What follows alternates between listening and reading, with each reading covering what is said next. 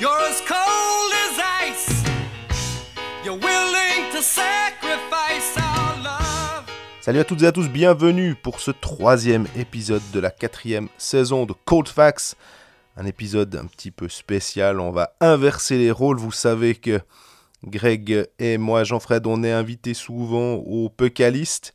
On fait partie de l'équipe.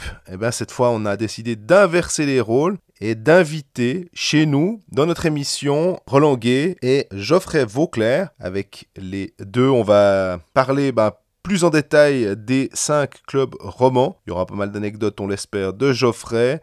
Les 2 minutes aussi de pénalité de Roland Gay pour la première fois. Et puis, on discute de tout ce qui s'est passé en National League ces derniers temps.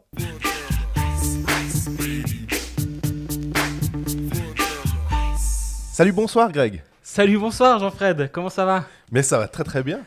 Petit hommage en entrée d'épisode. Grand hommage à l'un de nos 2 invités, parce qu'on a 2 invités cette fois, on voit de plus en plus grand du côté de Colfax. On a la chance d'accueillir pour une fois chez nous Roland Gay et Geoffrey Vauclair des Pucalist. On est souvent chez eux, non, là c'est vous qui êtes chez nous, bienvenue. Salut Geoffrey, salut Greg. Salut les gars. Bon, vous sautez un peu forcé, vous étiez presque un peu obligés là. C'est ça. À force de venir squatter chez vous. C'est ça. On peut commencer sur ce salut, bonsoir. C'est quoi cette histoire? C'est comment dire bonjour de manière un peu originale? Non, je sais pas, c'est venu, j'ai même pas réfléchi en fait. C'est venu un peu comme ça, mais je le fais dans d'autres émissions. Il n'y a pas que dans les Pucalist que je le fais. Salut, bonsoir. C'est Une sorte de gimmick. Un peu c'est comme la ça. patte. C'est ça, exactement. Même avec des politiciens. Non, peut-être pas. Non, les politiciens, peut-être un peu moins. Quand je fais des débats, je ne fais pas ça. Mais sur pas mal d'émissions, je crois que je le fais également dans Retour vers le passé sur d'autres émissions. Donc, ouais. Tu vas encore oser le faire maintenant? Oh, sans problème. Alors, aucun souci. En pensant à Colfax, c'est beau. Souci. Merci d'avoir accepté notre invitation. Ça fait plaisir. Vous avez forcé la main, donc Plaisir. voilà. Donc... Non, moi, je viens d'à côté. Geoffrey, il vient de l'autre bout du monde. Ouais, pour faire cette émission avec vous les gars, je suis parti à 8h ce matin. En tout cas, ça nous fait très plaisir de vous avoir à Nous notre aussi. micro. Petit point coulisses de Colfax. On enregistre ça le lundi, vu qu'on n'avait pas grand-chose à dire sur un match, les matchs du mardi soir. On a profité de l'avenue de Geoffrey à Lausanne pour enregistrer cet épisode. Donc, il se passera peut-être une chose ou deux mardi soir qui seront contredites depuis. Mais bon, on va quand même faire des théories. On va faire un tour d'horizon complet, le plus complet possible des 5 clubs romans. On va commencer par Ajoie, vu que tu es là, le régional de l'étape. Non, mais surtout qu'on doit parler... Enfin, Agen, en plus, au-delà du fait que c'est le néo-promu, régional de l'étape, il y a quand même eu un petit truc qui s'est passé là. Ouais, c'est ça. L'affaire. On peut parler d'une affaire. On peut clairement pas dire Du affaire. scandale. Le poteau rose. On n'était pas d'accord. Là aussi, petit point coulisses. Ouais. Barbecue des Pucalist samedi. On a discuté chiffon, on a discuté couleur de maillot, couleur de casque, couleur de lacet. C'était les reines du shopping. C'est quoi cette histoire de lacet et de casque? Geoffrey, ça t'énerve un peu, j'ai cru comprendre. Rose donc. Hein. Rose avec, pour un sponsor qu'on ne citera pas parce qu'il ne donne pas d'argent. Pas beaucoup en tout cas. Non, je rigole bien sûr. Donc moi j'ai vu assez rapidement sur les réseaux sociaux une vidéo du HC Ajoie qui présentait. Elle est bien d'ailleurs. Hein. Ouais, la vidéo est bien. fait. Ouais, la vidéo est bien. Franchement, j'ai trouvé qu'au niveau communication c'était bien. Après moi, automatiquement, je suis un ancien joueur. Je reste un ancien joueur et puis je réfléchis en tant que joueur. Donc c'est vrai que moi quand j'ai vu ce casque, alors le casque me choque beaucoup moins parce qu'on a déjà vu des casques dans la ligue.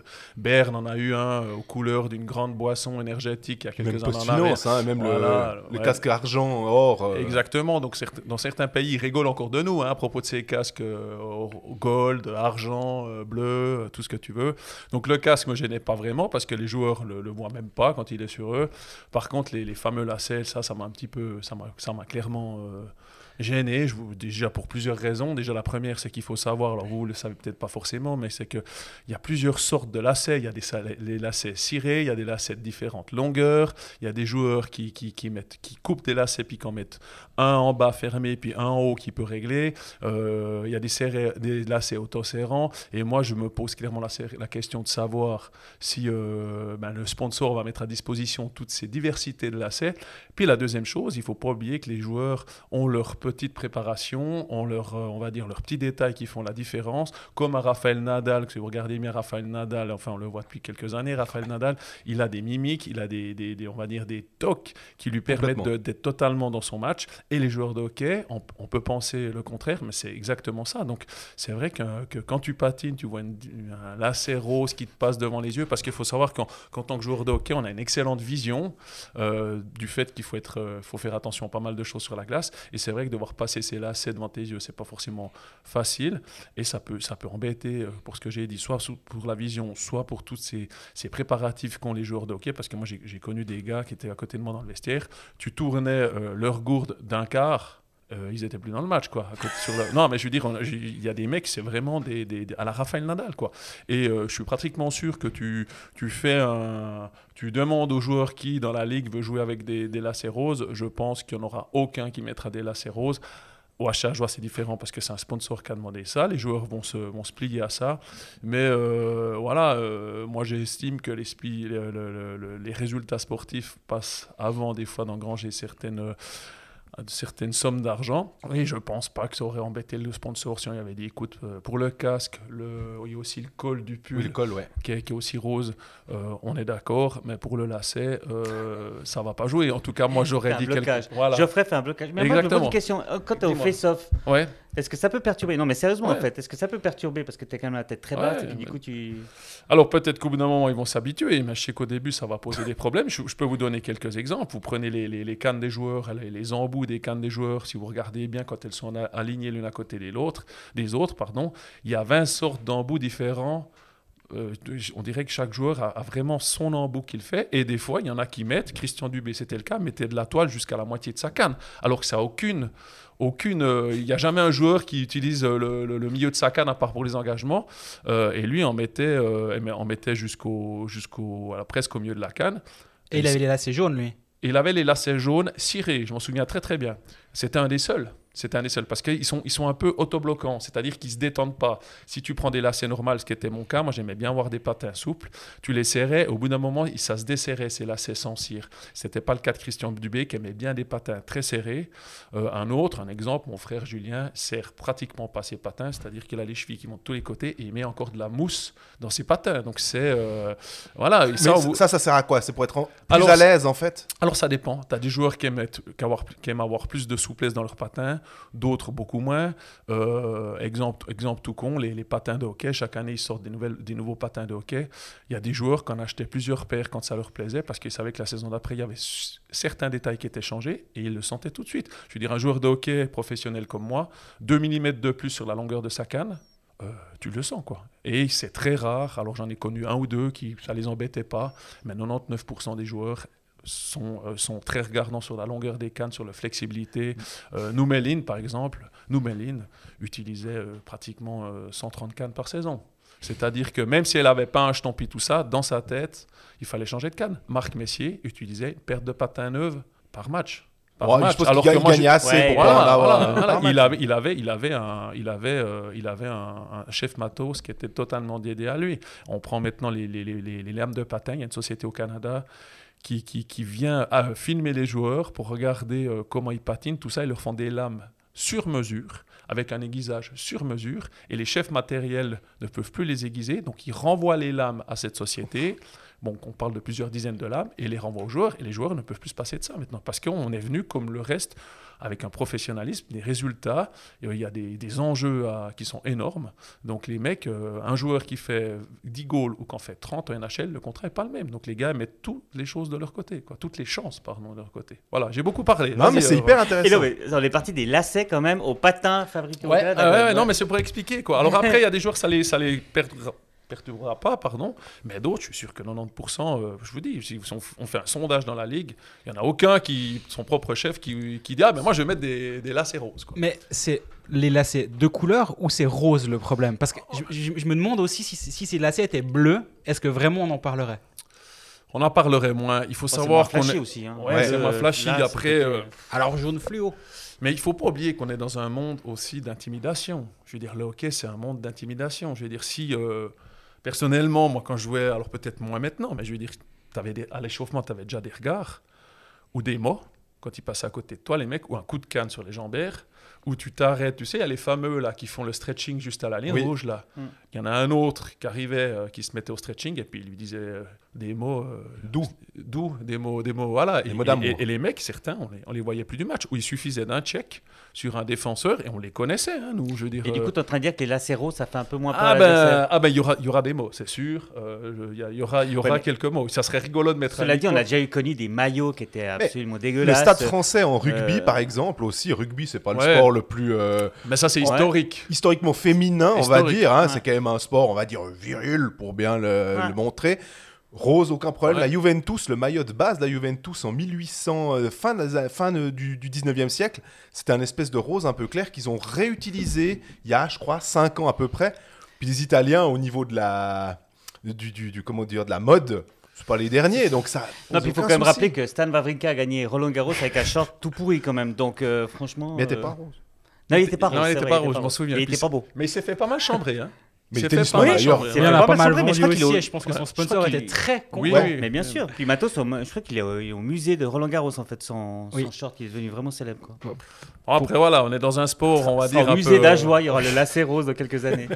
Mais voilà, moi personnellement, je suis pas fan des lacets. Ça va peut-être rien changer, mais je dis toujours, tu dois mettre toutes les chances de ton côté pour faire des résultats. Surtout, ne jamais troubler tes joueurs avec des détails comme ça. Et voilà, si on pouvait parler en off avec certains joueurs, je pense qu'ils diraient la même chose que moi. Mais ça, bien sûr, c'est moi qui m'avance. Pour terminer ce point mode, Ouais. petit Que moment le sponsor, confession. s'il nous écoute, il doit être assez content. Petit quand même. moment confession, lorsque je jouais au foot en junior, on a eu notre premier sponsor en début de saison, c'était des aliments pour animaux. Ok. Et on nous a vendu qu'on aurait un sponsor pour le match d'après. Ouais, c'était il y a une autre époque. Fort longtemps. On était heureux d'avoir un sponsor, on a vu le maillot, c'était Rivaliment ou quelque Ouais. chose comme ça. Tu vois, des aliments pour animaux, on n'était pas très contents. Alors c'était des maillots très sobres, moches. Mais le sponsor a eu un rôle dans ma carrière de foot, je pense, c'est Bon. sûr. En tout cas, tu t'en souviens. L'équipe 6 de ski en Et- gruyère, c'était aussi un exemple aussi C'est de vrai. sponsor qui avait imposé un peu les. Et là, le les sponsor couleurs. est sûrement très content. Bref, ce HC Ajoie, on en Ouais, pense quoi c'est Sur ça. la glace, hors lacet. Ça va être difficile. Je veux dire, je vous en avais parlé quand ils sont montés. Je dis, moi, ce qui me fait l'équipe, chapeau à eux, le coach, chapeau à eux, ils méritent de monter. Mais quand tu montes en National League, il faut se professionnaliser, pas seulement sur la glace, mais en dehors. Et puis le deuxième point, c'est bien sûr financier, quoi. Je veux dire, quand on sait maintenant qu'Ajoie a un budget de 7 millions, on sait que certains clubs ont 3 voire 4 fois ça. Hein, on ne veut pas se le cacher. Alors, ils ne vont pas nous le dire. Mais voilà, on n'est pas très loin de ça, de ces chiffres-là.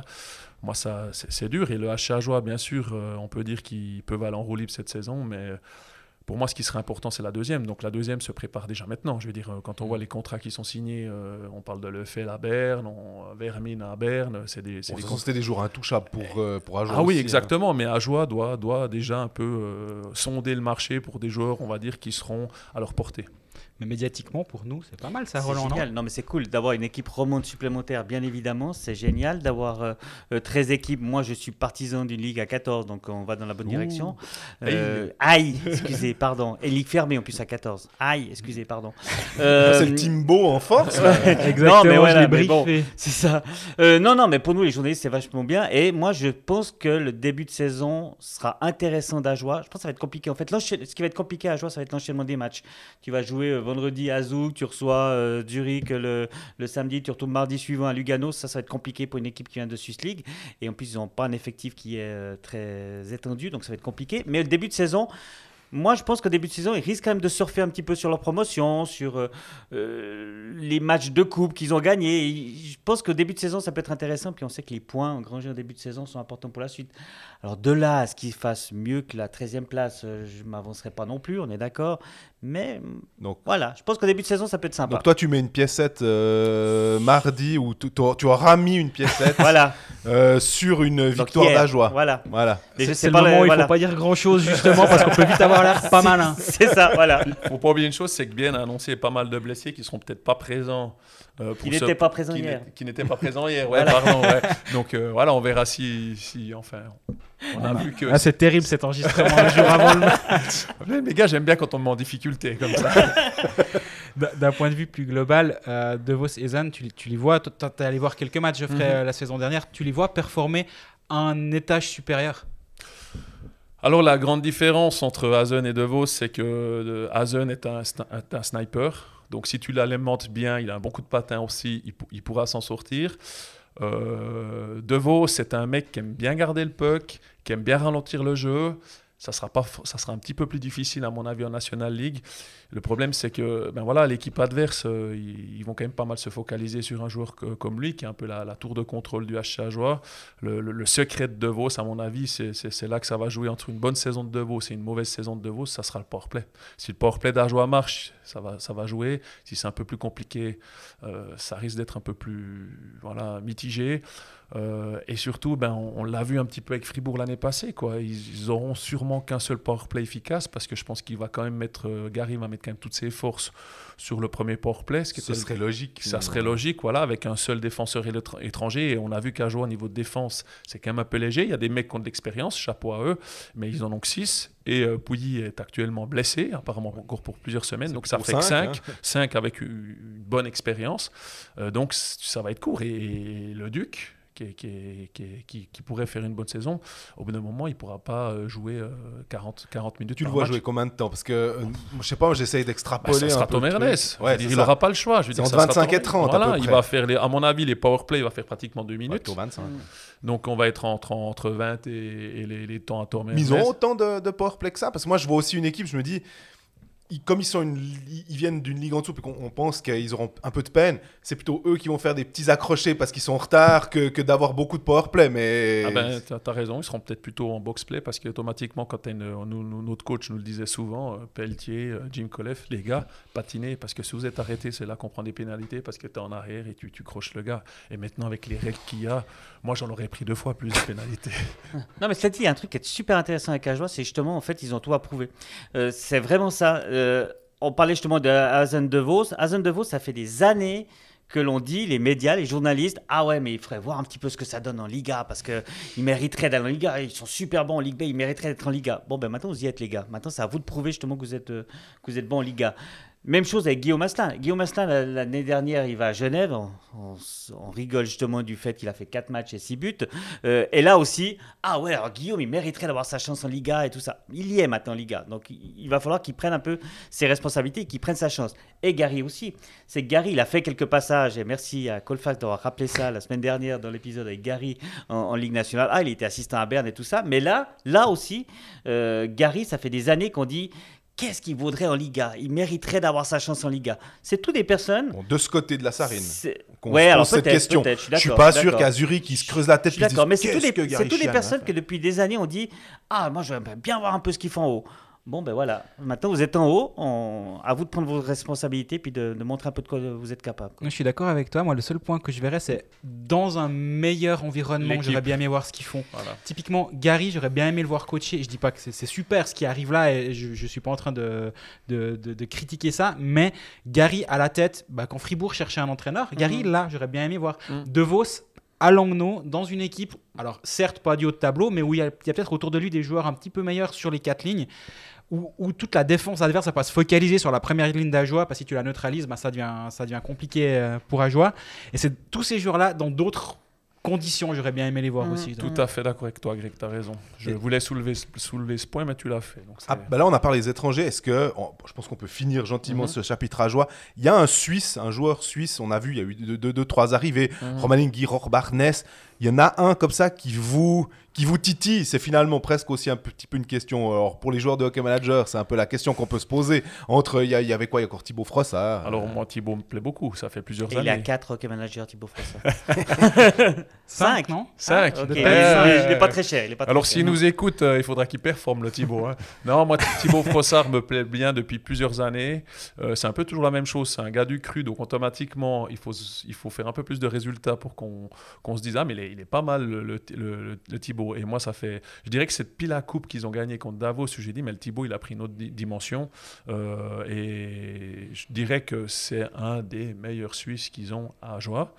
Je ne veux pas te cacher qu'il y avait quand même quelques clubs, dont apparemment Cloton, qui regardaient un petit peu comment ils jouaient. Et je serais pas été étonné de voir un Thibaut partir d'Ajoie pour tenter sa chance dans un 3e bloc ou 4e bloc d'une équipe de National League bien établie, parce que c'est un mec qui est très sérieux, qui est très bon défensivement et offensivement, et on l'a vu, qui a un shoot ravageur, quoi, hein. Il a marqué des super goals contre Davos, et la saison passée, il a fait une magnifique saison.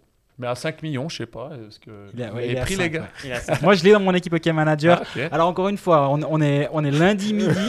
Ça va changer encore Ça peut 35 descendre ou fois monter. d'ici mardi 19h40. Ça a changé, du coup. J'en suis persuadé. Donc, ouais, je pense qu'on peut terminer sur le HC Ajoie puis enchaîner.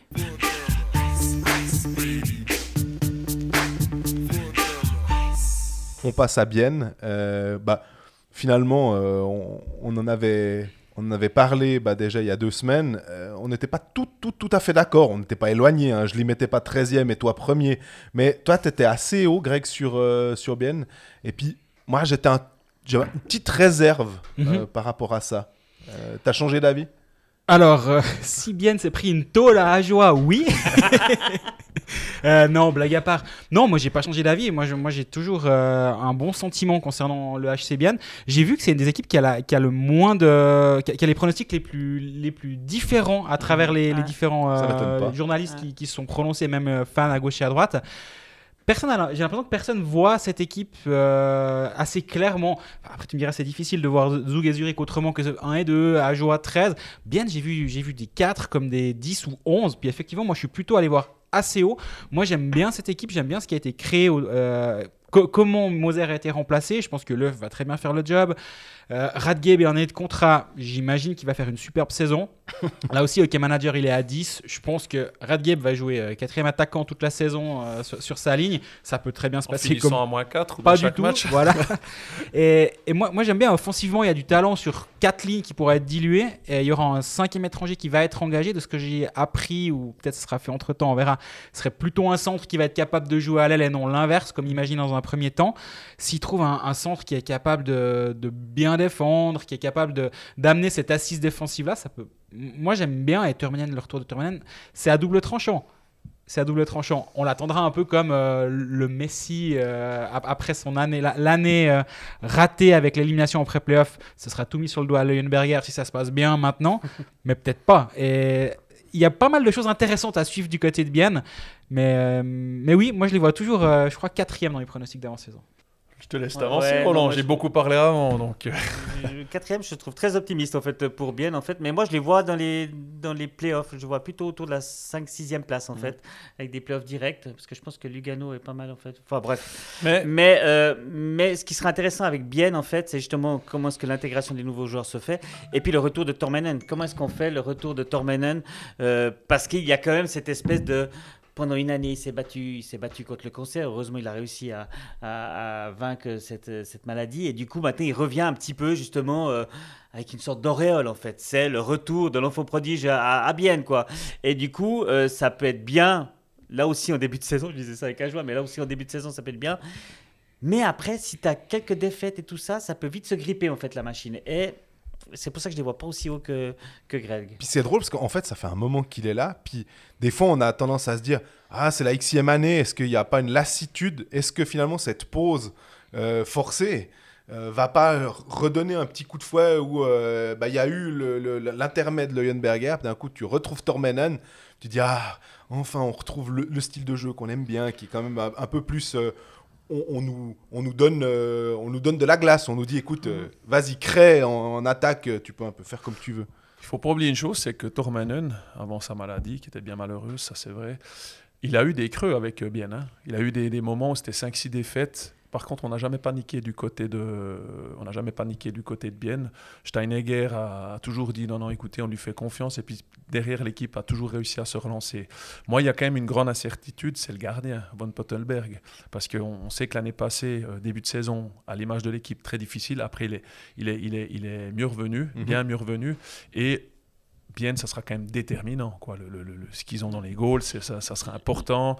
Moi, je pense qu'Elien Pope n'est pas le deuxième gardien qu'il y a à Lausanne, par exemple, parce qu'à Lausanne, est-ce qu'il y a un deuxième gardien ? on ne sait pas trop. Quand même, Zurich, ils ont aussi 2 gardiens qui sont bons. Fribourg, Quand Abera, il moi, dit- Van quand il dit Pottelberg. Pottelberg, il débute mal la saison, c'est vrai, mais il faut se rappeler aussi la pression de malade qu'il avait sur les épaules. Le mec qui remplace Jonas Hiller, qui était un des meilleurs gardiens qu'on a eu depuis des années. Change de en Suisse. métier si t'aimes pas la Ouais, pression. mais ce que je veux dire, c'est que le gars, il était quand même, il fallait qu'il se mette à sa place. Et Ah du ouais. coup, cette saison, il a pu se mettre à sa place. Et là, le début de saison va être moins compliqué que celui de l'année dernière. Il a beaucoup moins de pression et du coup, il va être un peu plus serein quand même. Du fait qu'on dit que cette équipe, à l'image de Greg, a mis ça un peu en 4e position, moi je les ai mis un petit peu comme toi, 5, 6e, il y a quand même un peu de... Voilà, je veux dire, on les attend, hein, ils ont fait quand même quelques jolis transferts. Grossman, moi je m'excuse, mais c'est un très très bon grand transfert. Les étrangers, voilà. Il est avec ses 2 copains. en plus. Il est avec ses 2 copains, Kunti et Brunner. Kunti et Brunner, qui se connaissent très très bien. 2 étrangers en défense, un 5e étranger. Je veux dire, il y a quand même de la pression du côté de Bienne. On ne va pas accepter que Bienne circule entre la 8 et la 9e place. Ça va être clair. Hein, je veux dire, moi, voilà. Et un gardien solide, tu peux avoir la meilleure équipe du monde. Si ton gardien n'est pas solide, c'est dur. Et l'année passée, Van Pottelberg a pris des buts plus que douteux au début. Hein, des trucs entre les jambes, premier poteau. Après, il s'est vraiment bien repris. On l'a reprolongé de 2 ans. C'est très très bien. Moi, je pense que c'est un bon gardien. Mais il est encore jeune. Il ne faut pas l'oublier, quoi. Il y a le grand nom du côté du HCBN dont on n'a toujours pas prononcé, c'est Gaëtan Haas. Ouais. Déjà, ça vous a surpris le retour de Gaëtan Haas à Bienne? Non, parce qu'il avait annoncé qu'il voudrait un jour revenir à Bienne. Et puis, Bienne avait besoin d'amener un grand nom comme ça, comme Fribourg l'a fait avec Berra ou Diaz. Genève l'avait fait avec Omar, ou l'ont fait avec Phil Poula. Donc ça, je trouve que c'est très très bien pour Bienne. Alors, ils ont mis le paquet. Hein, je veux dire, Gaëtan, il aime bien Bienne. Les Mais clés au de bout la d'un ville. moment, voilà, il faut aussi que le contrat suive. Alors, c'est un très très bon contrat. Voilà, ben lui aussi, il aura énormément de pression, mais je pense qu'après 2 années à Edmonton, la pression, tu sais gérer. Maintenant, moi, je trouve que c'est une super belle signature, parce que c'est un des meilleurs attaquants qui est en Suisse. Mais ça fait du bien, en fait, ce retour de Gaëtan Haas à Bienne. Ouais. C'est-à-dire que dans ce monde du hockey business, où on parle beaucoup de sous, on parle vraiment... là, d'avoir le gars... Alors, je suis d'accord, il est sûrement très bien payé à Bienne, Oui, on oui. va pas se faire de soucis Moi, pour j'allais lui. te dire, Non, mais il y a quand même le côté... J'ai envie de revenir à Bienne, puis j'ai envie de m'investir pour Bienne, en fait. Et moi, j'ime bien ça, en fait. c'est plus le côté clubiste que tu mets Ouais, en avant, c'est finalement. C'est ça. Et du coup, moi, j'aime bien ça. Mais une nouvelle fois, je pense qu'il va pas être à la rue, on est d'accord. Non, je On pense est que ça va totalement aller, d'accord.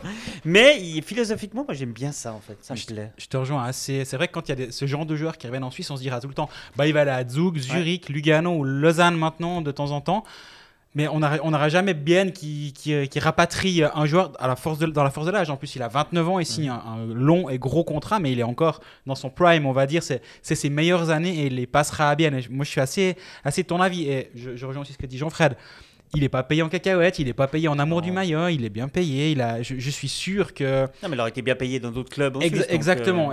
Mais on n'est pas en train de dire il a préféré le maillot à l'argent.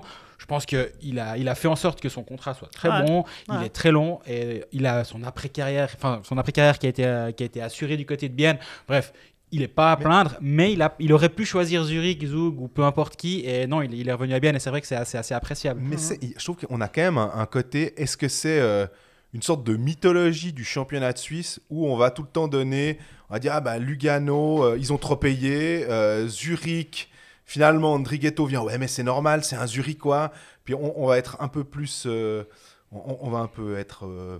On va être moins véhément à travers ça. Et puis quand c'est d'autres clubs, on aura tendance à être un peu plus piquant sur le truc. Alors que là, c'est bien. Alors, on a un côté presque un peu gentil avec eux, comme si ça venait de. Je sais pas, de l'histoire du club. Alors, il y a un historique, c'est que pendant des années, il n'y a pas si longtemps que ça, il y avait 4 clubs qui dominaient le championnat financièrement.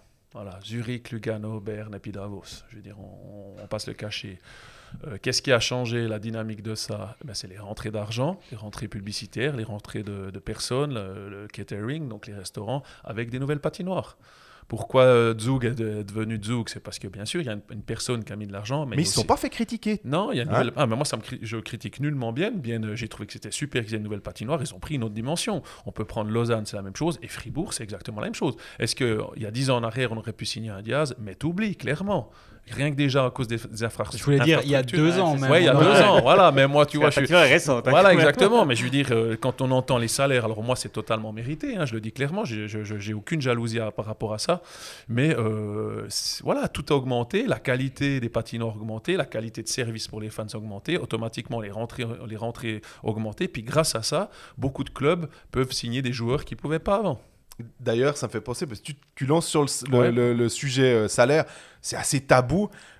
Tu pourrais nous dire, à peu près, qu'on se rende compte, ton plus beau salaire à l'époque? Alors moi, mon plus beau salaire... C'était à Lugano, non? Oui, à Lugano, quand on a gagné le titre, avec les primes, tout ça, je pense que j'étais un peu en dessus des 200 000 brut, hein, on est d'accord. Et puis la moyenne était entre 150 et 180 brut. De ma carrière. Voilà, j'ai aucun problème avec ça. J'ai très très bien vécu. Moi, ma priorité c'était de jouer au hockey. J'ai eu 2-3 fois des offres un peu supérieures, mais je veux dire, au bout d'un moment, il y a quand même. Alors, on parle pas de 50 000 balles supérieures, mais j'ai préféré rester, en l'occurrence, une fois à Fribourg parce que je me plaisais bien là-bas. Puis que, voilà, je veux dire, c'est un petit peu comme. C'est pas comme As, mais je veux dire, il y a le salaire et puis il y a plein d'autres choses. Alors, quand tu arrives à un certain âge qui rentrent en compte. Et ça, c'était. Non, les salaires ont doublé, voire triplé, mais moi ça me pose aucun problème que des joueurs gagnent maintenant 700 000 francs, 800 000 francs, parce que on va pas se le cacher, il y a des banquiers qui gagnent bien plus que ça, jusqu'à 65 ans les doigts dans le nez, et puis personne n'en parle, donc il faut aussi un petit peu des fois calmer les ébats des gens, mais ça fait partie des discussions, quoi. Mais cette volonté justement de baisser les salaires, de mettre un peu la pression sur on va dire sur le défenseur suisse de 23 ans qui va forcément être bien payé, voire trop payé parce que la concurrence est beaucoup plus rude, tu la comprends aussi? Mais d'un côté, les clubs viennent pleurer que les salaires sont trop hauts. Moi, ça me fait vraiment rire parce que je veux dire, c'est les clubs qui donnent ces salaires aux joueurs. Je veux dire, c'est pas que le joueur vient puis il met un pistolet sur la tempe du directeur sportif en disant écoute, moi je veux 700 000 francs, autrement je viens pas. Je veux dire, ils peuvent nous dire tout ce qu'ils veulent, quoi. Les Lausanne a fait des très belles signatures, mais ils ont payé, quoi. Et ça, c'est un facteur qui a fait aussi que les salaires augmentent. Lausanne a distribué des très très bons salaires. Et voilà, ils ont les moyens qu'ils le fassent, tout ça, parce que si c'est pas eux, les autres joueurs vont partir à Zurich ou ailleurs. Et clairement, je veux dire, Lugano, avant ça jouait entre ces 3-4 clubs, les clubs comme Lugano maintenant doivent payer peut-être un peu plus pour réussir à attirer certains joueurs. Pourquoi ? Parce que les infrastructures de Lugano sont moins bonnes que dans d'autres patinoires. Et moi, sauf Fazzini, qui, comme il est du alors coin... Alors, le Fad, c'est un gars du coin, ouais, je veux dire, voilà, c'était pas vraiment une surprise que le Fad... 5 ans, hein, c'est ça. 5 ans, alors après, ils ont mis aussi le paquet pour le garder. Voilà, puis tu dois aussi réfléchir comme un As, c'est quand même une image, un joueur comme ça dans ton équipe. As, c'est le gars du coin, Fazzini, c'est le gars du coin à Lugano. Donc, ça t'amène quand même une plus-value pour les sponsors, pour les fans. Je pense qu'avec cette signature, ils vont vendre plus facilement des maillots de Fazzini que des maillots du gars qui a qu'une année de contrat puis qui vient de la Punzel extérieure, quoi, je veux dire, tu vois. Mais ça, c'est un truc, je trouve, qui a vraiment au hockey. Est-ce qu'en foot, maintenant, avec tous les arrêts Bosman et tout, on a vraiment encore cette culture-là au niveau des fans, hein, j'ai l'impression qu'au hockey, on est très attaché, et on le voit aussi à ce micro, finalement. Kylian Motet, il signe à Fribourg, et on va tous le relever en disant c'est bien. Julien Sprunger, il a préféré toujours rester à Fribourg pour essayer de gagner un titre avec Fribourg plutôt que de céder aux sirènes de Zurich. Et j'ai l'impression que cette narration-là, okay, elle est peut-être un petit peu plus forte qu'ailleurs, en tout cas dans le hockey suisse. Je sais pas, non, j'ai pas l'impression. Non, franchement, non, j'ai pas l'impression. Maintenant, ça va être intéressant en termes de salaire. Qu'est-ce qui va se passer ces prochaines années? Puisqu'on le rappelle quand même que le Covid est passé par là, que certains clubs, Fribourg annonce 3 millions de pertes. Non, mais c'est intéressant parce que on nous dit, Fribourg-Gotteron, par exemple, annonce 3 millions. Hein, c'était la perte qui a été annoncée lors de la dernière Assemblée Générale. Mais en même temps, on va quand même chercher Raphaël Diaz, par exemple. Donc, et puis Raphaël Diaz, il n'est pas payé avec des cacahuètes non plus. Donc, du coup, je crois que j'ai vu ça, c'était sur RTS, ils annonçaient 25 millions. C'était la perte qui avait été un petit peu imaginée en termes de Covid de tous les clubs suisses.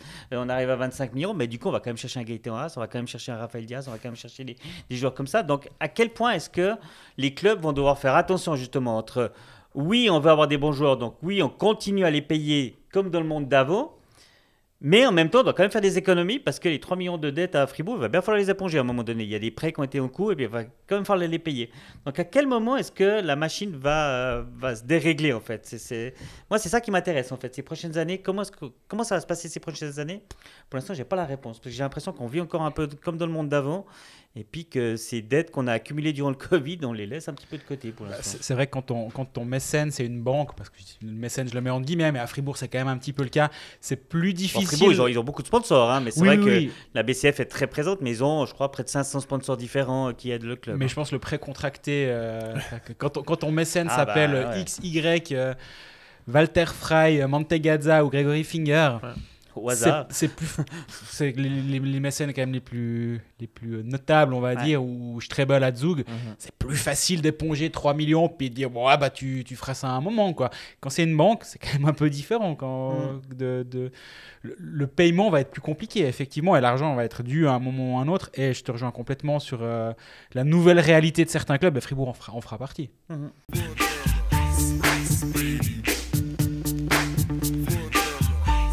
Transition digne des Puckalistes. C'est beau.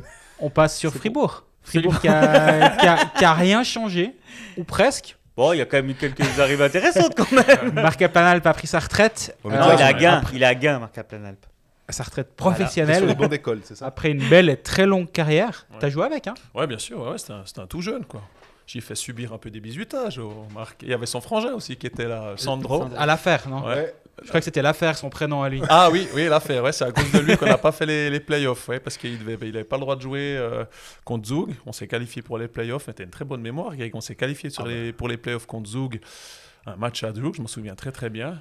Donc on était tout content de faire ces playoffs, parce qu'on s'était vraiment bien battu pour y arriver. Et puis le lendemain matin, convoqué dans le vestiaire par Roland von Menten, que vous vous souvenez souvent. Et puis le club a fait l'erreur de pas, avait fait une erreur administrative, en faisant jouer Sandro Alpanalp, qui n'avait apparemment pas le droit de jouer, et on a perdu par forfait. Et on a été envoyé en play-out avec ça.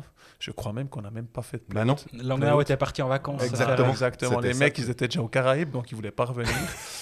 Je te dis pas le micmac, quoi. C'était quand même assez compliqué, c'était dur parce que quand tu te bats toute la saison, surtout quand on était à Fribourg, c'était des saisons assez compliquées.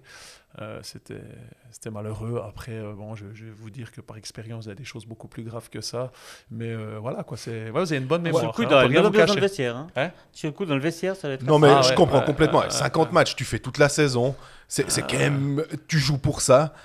En plus, tu te qualifies, donc t'as Ouais. été bagarré. Puis finalement, on te dit non, parce que vous avez mis un type sur la truc. Puis Il avait fait Non. 2 shifts, de tête. Ouais, Non, c'est ça. il a on parle non, de il a Sandro aucune Alpanalp, prise c'est sur le rien- match et tout. Rien mais- contre Sandro Alpanalp. Non, non, non. Anecdote, il avait fait que 2 shifts, mais tu sais pourquoi, Greg? Il avait pris un Il y avait- puck, il avait pris un puck sur son patin, ça avait pété sa lame, puis il n'avait pas de lame de remplacement, donc il n'avait plus joué. Donc, Ah, moi, tu je crois je croyais qu'il avait fait 2 têtes. Hein. Il avait fait 2 chiffres parce qu'un joueur avait dû se faire remplacer la lame. ouais, il y a un truc comme ça, il me semble qu'il s'est fait péter la lame. Lui, il s'est fait péter Ok. la lame et puis il a plus pu jouer, ou un truc comme ça. Bon, bref, donc tu vois, ça joue. Tu vois, on parlait de matériel, Mais avant oui. ça joue à pas Ouais. grand-chose. Maintenant, ben, on prend le matériel, les mecs, ils ont des lames de rechange, tac, qui en 2 clics, ils te changent ça. Donc pour noter l'évolution des salaires et aussi l'évolution du professionnalisme et matériel. Donc c'est vrai que ouais, ben, vous avez bien fait vos recherches. Moi, j'ai pas une aussi bonne mémoire que vous, quoi, pour ces trucs-là. Bah ouais, finalement, tu t'en souvenais. Ouais, Parce que quand ouais, on t'a ouais, lancé ouais, sur le truc, ouais, tu fais ouais. ah ben oui. Tu sais, donc, un âne se souvient toujours quand il était battu, quoi. Et du coup, effectivement, pour remplacer Marc Planalp, Raphaël Diaz, Ah, tu présentes ça comme ça, toi. bah, poste pour poste, c'est Oui, le cas. c'est C'est vrai. une belle Et plus-value. il le remplace par Diaz et Doufner pour être Ouais. sûr Ouais. de bien remplacer Marc Planalp. Et David Ebicher aussi. Qui Et fait David Ebicher, mais il Ouais. jouait pas. Donc, Non, c'est vrai. Voilà. Ça va être intéressant au passage, petit aparté, de suivre David Ebicher à Rapperswil, Ouais. vu que Rapperswil aura des jeunes. Ils ont Voardou, ils ont surtout Baragagno Ouais. qui va vouloir jouer du powerplay.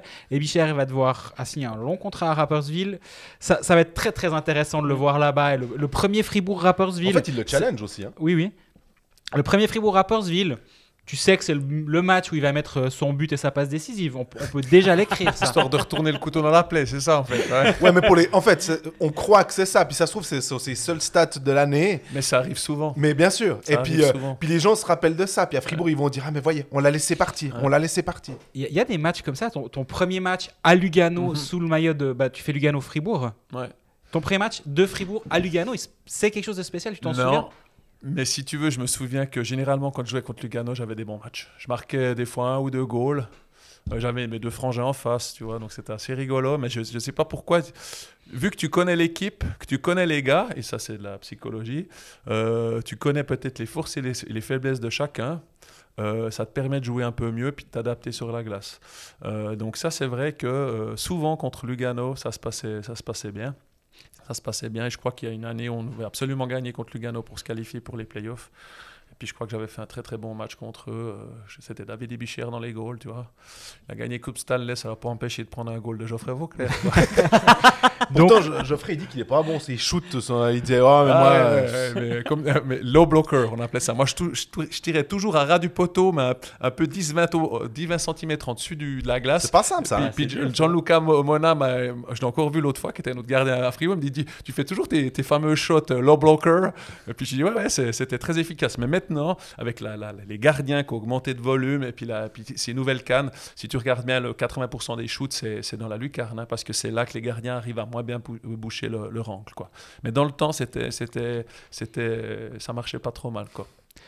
Avant de penser à cette saison ou avant les premiers matchs amicaux, moi je me disais, bon, Fribourg, finalement ils se sont certes renforcés, mais ils sont devenus un tout petit peu plus âgés, forcément. Ouais. Hein.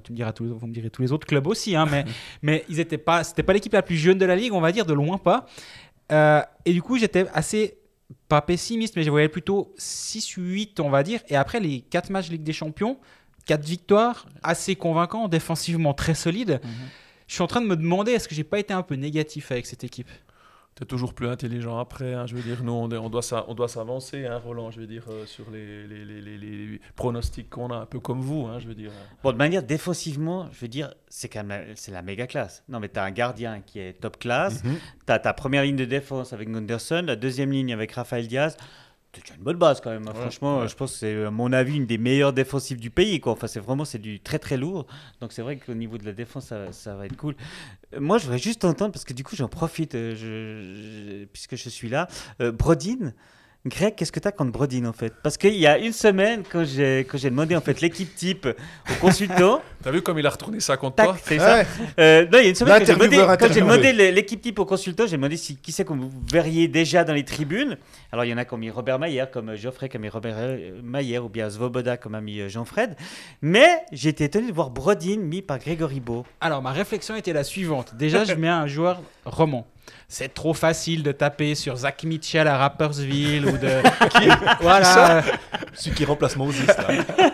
Où tu dis Matej Stransky. Tu verras jamais. Ouais. Je me dis déjà, je prends un roman parce que c'est une émission qui s'adresse aux romans. Donc je dis voilà. Après, j'ai un peu réfléchi. Puis je me suis dit, Brodin va devoir remplacer un poste pour poste, on va dire, Victor Stolberg. Stolberg, c'est beaucoup de buts. On fait tout le temps la blague des buts dans la cage vide, mais ça devient presque un peu... c'est comme Jean-Michel Temernes. Ça compte. À force, c'était presque le running joke, mais il les marquait, ses buts, et il avait un vrai impact. Et on attendra du coup de Brodin de remplacer presque poste pour poste Victor Stolberg. Et moi, je pense pas qu'il va le faire. Il va pas faire la même chose. Il va faire beaucoup d'autres choses, Daniel Brodin, dans l'impact physique, dans le jeu. Il va être très précieux. Mais moi, je pense que Fribourg va manquer de ce joueur capable de mettre 15-20 buts. Je me contredis moi-même en disant que la saison d'avant, il avait marqué une quinzaine de buts, dont 4 un soir à Lausanne, on se rappellera toujours. Mais il les avait aussi marqués, ceux-ci, même si ces 4 le même soir, ils avaient été marqués. Donc, mais moi, je me dis, après une saison très difficile, des commotions, et il devra prendre un poste peut-être plus en vue dans cet alignement, on va être un peu déçu. Merci pour la réponse. Merci et bonne chance.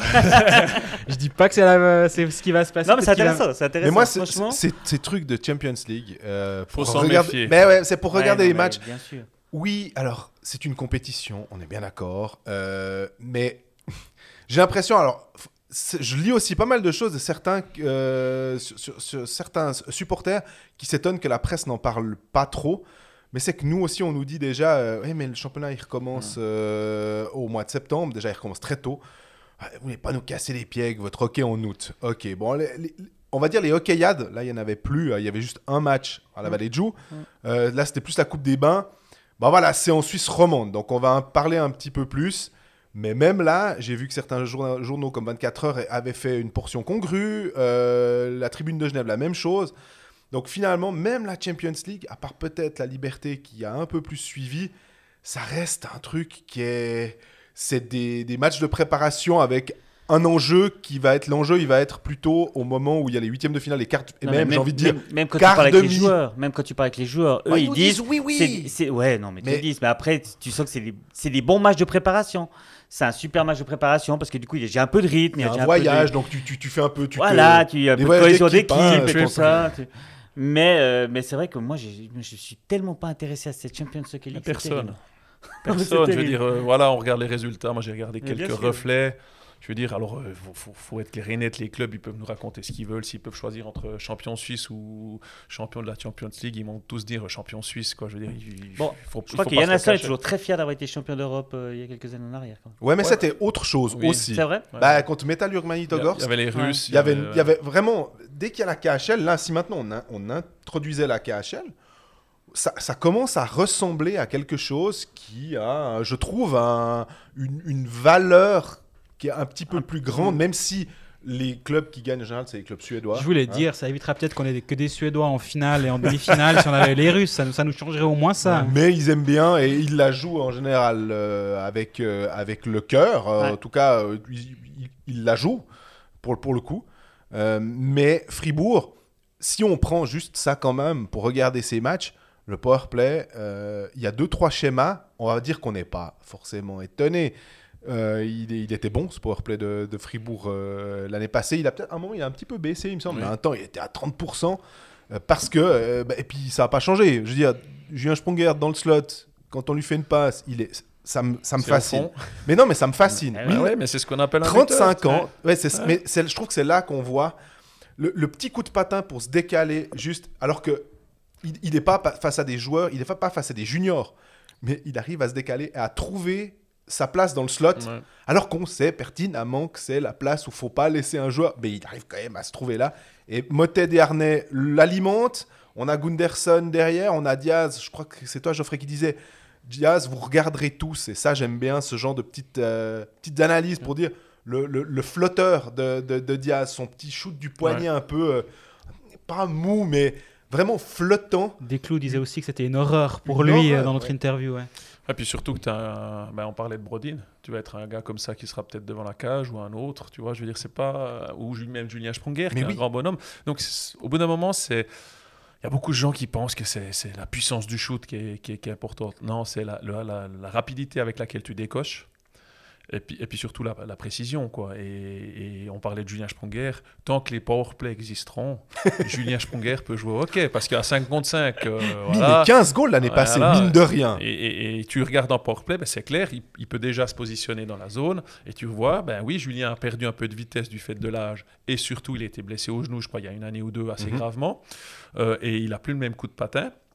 Et tu vois qu'à 5 contre 5, c'est pas le même joueur. Par Alors contre, du coup, powerplay, si t'es Christian Dubé, Ouais. est-ce que tu gardes Julien pour les En pour les 13e, pour les situations Mais spéciales, bien pour les sûr. powerplay? bien sûr. Tu le fais pas forcément jouer à Mais 55. parce qu'il est connu publiquement dans l'univers pour pouvoir te mettre un goal venu de nulle part à 3 secondes de la fin du match pour sauver une équipe ou faire gagner une équipe. Et ça, que ça soit à 30 ou 36 ans, le placement et puis le coup d'œil, il ne change pas. Par contre, ce qui change, c'est ton physique. Quand on prend un power forward, je sais pas, on peut parler d'un Herzog ou comme ça, mais Herzog à 36 ans, ça sera beaucoup plus difficile parce que c'est typiquement un power forward. Donc automatiquement, tu as besoin de ton physique. Donc ça baisse beaucoup plus vite qu'un gars qui a un sniper, qui a un bon placement.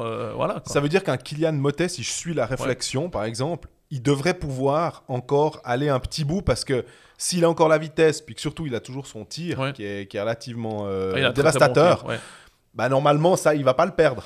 Alors après, il faut que le coach te mette sur la glace. Mais c'est vrai que Kylian est un très bon patineur aussi. Il joue avec beaucoup d'intensité. Donc automatiquement, ça, tu le perds avec les années. Mais par contre, son coup de feu, on va dire, son tir, il va toujours le garder. Après, je pense quand même que Julien Sponger a une palette plus large pour marquer des goals que Kylian Motet. Par contre, Kylian Motet est plus intensif que Julien, il l'a toujours été, et puis a un meilleur coup de patin que Julien. Il est capable de déborder une défense. Julien, c'était un peu plus compliqué, mais ça n'a jamais été sa force. Il l'a très vite compris et il a mis l'importance sur ses qualités, quoi. Je veux dire, ça a été la grande différence. Et le changement pour Julien Sprunger, moi je m'en souviens, quand il est passé d'une canne en bois, comme ça nous est tous arrivé à un moment, à une canne en carbone, c'était plus le même joueur. Hein.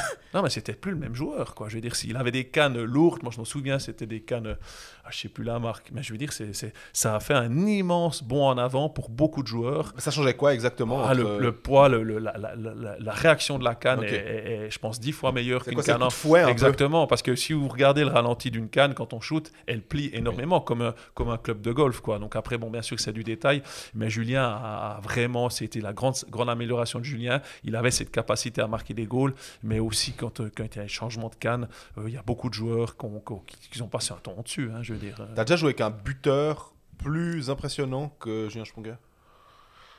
Peter Jax, j'ai pas joué avec, mais j'ai joué contre, qui était vraiment un mec, tout le monde le savait, faites attention. À la Peter ligne bleue, Jax, il plantait sa tente. Exactement, il va nous en mettre un à chaque fois. Il avait une canne, alors ça c'était totalement interdit, soyons clairs, la courbe était totalement interdite, mais il n'y a personne qui a jamais rien dit. Il n'y a pas Max Orlais, c'était exactement, mais il envoyait des boulets, et puis lui c'était toujours en l'air, il se posait pas la question de savoir si tu avais les dents devant ou pas. Et le deuxième qui était terrifiant, c'était Noumelin, qui avait un shoot aussi incroyable. Alors lui, il avait tout. Il était explosif, il patinait, il pouvait jouer physique, il savait excellemment bien patiner, en arrière, en attaque.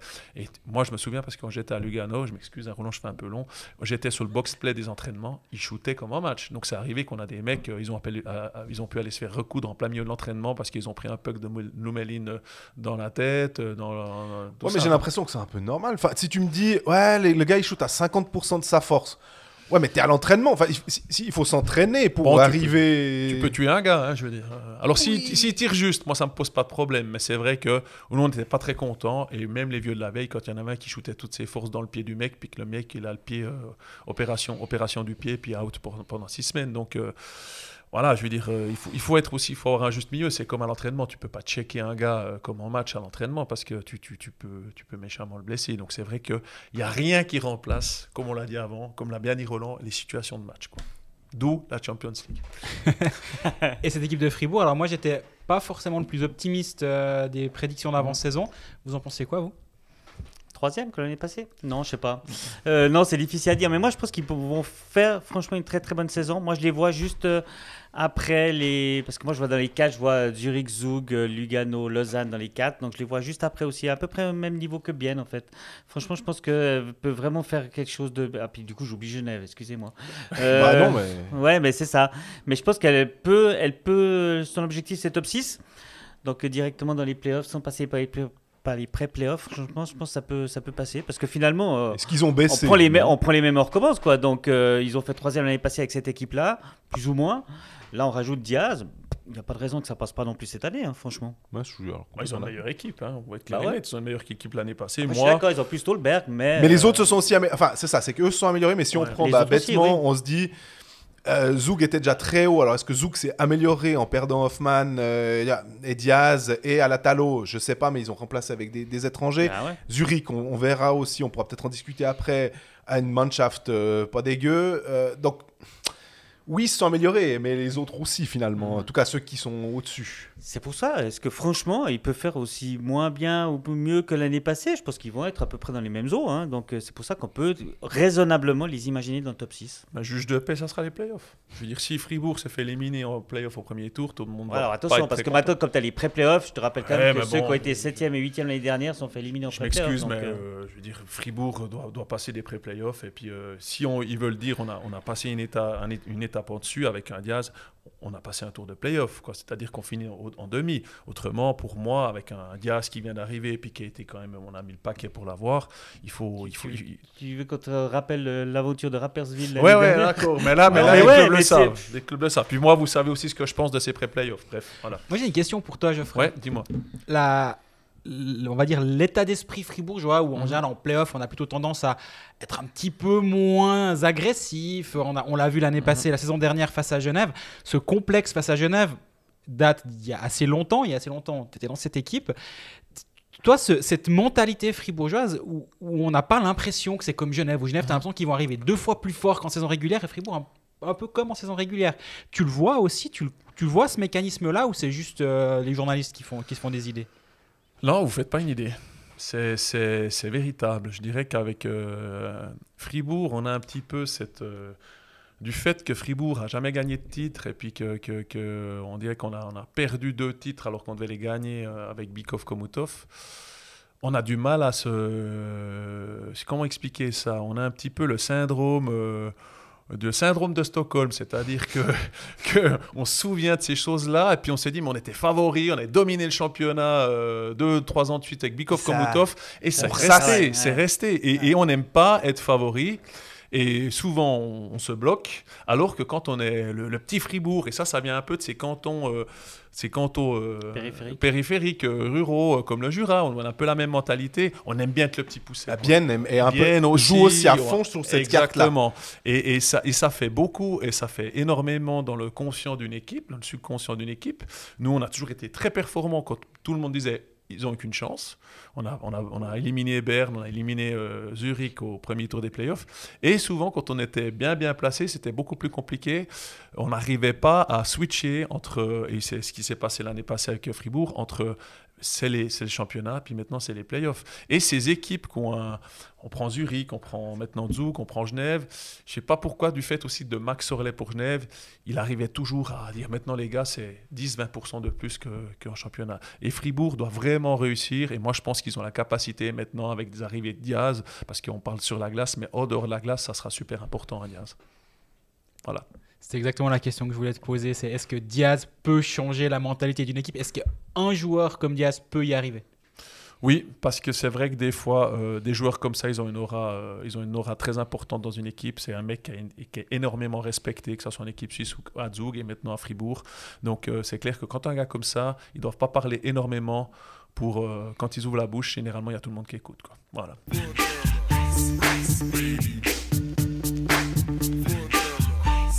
On a une petite tradition dans Colfax, c'est les 2 minutes de pénalité. Oh, tu parles d'une tradition. C'est ton moment, ça. Non, alors cette année, 2 minutes de pénalité, c'est Geoffrey qui les fait, si jamais. Ouais, c'est la nouveauté. Non, mais c'est la nouveauté des Pécalistes cette année, c'est Geoffrey qui les fait. Donc, les 2 minutes de pénalité, on va te les donner à toi, Roland. Avec la voix de Johan Favre? Non, on avait dit pas d'accent dans Colfax. Alors, c'est pas Rollo, comment ça va? Les invités ont le droit de faire des accents. On t'inviterait une fois, Jean-Fred, pour faire des accents. Ce serait bien une émission spéciale avec que les accents et les imitations de Jean-Fred. Oui, pas mal. oui, je serai en vacances. Un spectacle, tu veux dire. Donc, les 2 minutes de pénalité, Roland, est-ce que tu es prêt? Oui. Je Est-ce que réponds tu par es- oui ou pardon? Est-ce que tu es nerveux? Oui. Est-ce que ça te fait bizarre de devoir répondre à des questions? Ouais, j'aime pas ça en fait. Je préfère les Roland poser. Journaliste, ça a toujours été ton métier? Non, ça n'a pas toujours été mon métier. J'ai été facteur au début. J'ai été pendant 10 ans facteur. Donc, et puis je rêvais de faire ça depuis. Ça a toujours été ma passion, mais je rêvais de faire ça depuis l'âge de 10 ans. Moi, je commentais. Quand les joueurs jouaient au foot, moi, je commentais les matchs au bord du terrain de foot. Donc, j'ai toujours rêvé de faire ça. Et puis après, j'ai été pigiste à Radio Chablais. Puis c'est comme ça que je suis rentré dans le métier. Et la télé? Ça fait 20 ans maintenant que je fais le. Et après la télé? Et après la télé, ouais. Est-ce qu'il faut aimer se déguiser en sirène pour bosser à la télé? Mais ça, on m'en parle beaucoup de cette histoire de sirène parce que c'était des grandes Ça, performances. c'est pire que les lacets roses. Hein. Ouais, c'est pire que les lacets. Non, mais par contre, je pense qu'il faut aimer ne pas trop se prendre au sérieux en fait. Finalement, c'est que de la télé. Et moi, c'est la phrase que je dis quand il y a des jeunes que je dois former à la présentation. Je leur dis calmez-vous, c'est que de la télé, vous n'allez pas faire une opération à corps ouvert. Donc, on peut de temps en temps un peu déconner. La pole dance? C'était dans le même état d'esprit? C'était dans le même état d'esprit, exactement. Quelque chose? Il y a pour montrer ma grâce en fait. Tu as refusé quelque chose? Non, c'est ça mon problème en fait. C'est ça, c'est que je refuse pas en fait. J'ai fait du catch aussi, si jamais vous voulez voir. Je l'ai pas eu ça. Ah ouais, il faut aller voir. C'était au Jura? Parce que je crois qu'au Jura, ils aiment bien. exactement. Ah ouais? C'était à la Vallée de Joux que j'ai fait ça. Ok, d'accord. Ah non, pas dans je le pensais Jura, dans le canton t'as du Jura, parce que je sais dans que là-bas, les- ils ont une petite passion pour le catch. Hein. Quel est ton consultant des pécalistes préféré? Forcément Geoffrey Vauclair. Merci. Tu prends quoi, mon Non, gars? et puis au deuxième, je mettrais Didier Massy, Jean-Frédéric de Betta et Grégory Beau. Mais quel T'as politicien, beau, ouais, hein. le mec, quoi. Alors, Non, je crois que c'est la vautois travail d'équipe. Hein. Et on travaille fort dans les deux sens. Ouais, l'important, c'est les 3 L'important, points. c'est hein. les 3 points. Quelle est la personnalité que tu as préféré interviewer? Celle qui m'a le plus impressionné, c'est Roger Federer, parce que quand on interviewe Dieu en personne, c'est quand même assez impressionnant. Et puis, préféré interviewer, c'est dur ça comme question. Je sais pas. Non, j'ai pas vraiment de préférence en fait. J'ai pas quelqu'un qui me revient comme ça. Là, il a fallu me soumettre ça avant que je réfléchisse un petit peu là. Ta pire interview? Roger Federer. Ah non. Non, mon Dieu, non. Non, mais là aussi, c'est dur, en fait.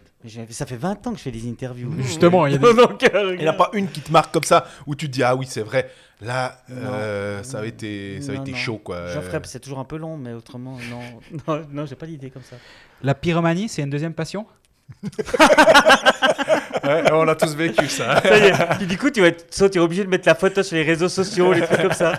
Parce que oui, j'ai fait des grillades samedi pour le barbecue des Puckeyes. Et oui, ça a un peu pris feu. Bon. Un peu. Mais hein. le sinistre a été circonscrit assez rapidement quand même. Les pompiers n'ont pas dû intervenir. Les pompiers n'ont pas Tout dû ça, c'est intervenir. tendu, je dois te dire. Hein. C'est vrai. On faisait C'est pas vrai. les malins. On se dit, j'espère que la bonbonne de gaz est assez longue. Par contre, c'était très bien cuit. Vous avez remarqué Ah, non, on a bien mangé. Merci Roland.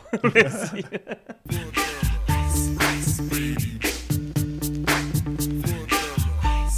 Bon, maintenant qu'on en sait beaucoup plus sur Roland, on va quand même reprendre le fil de notre histoire et puis parler de Genève.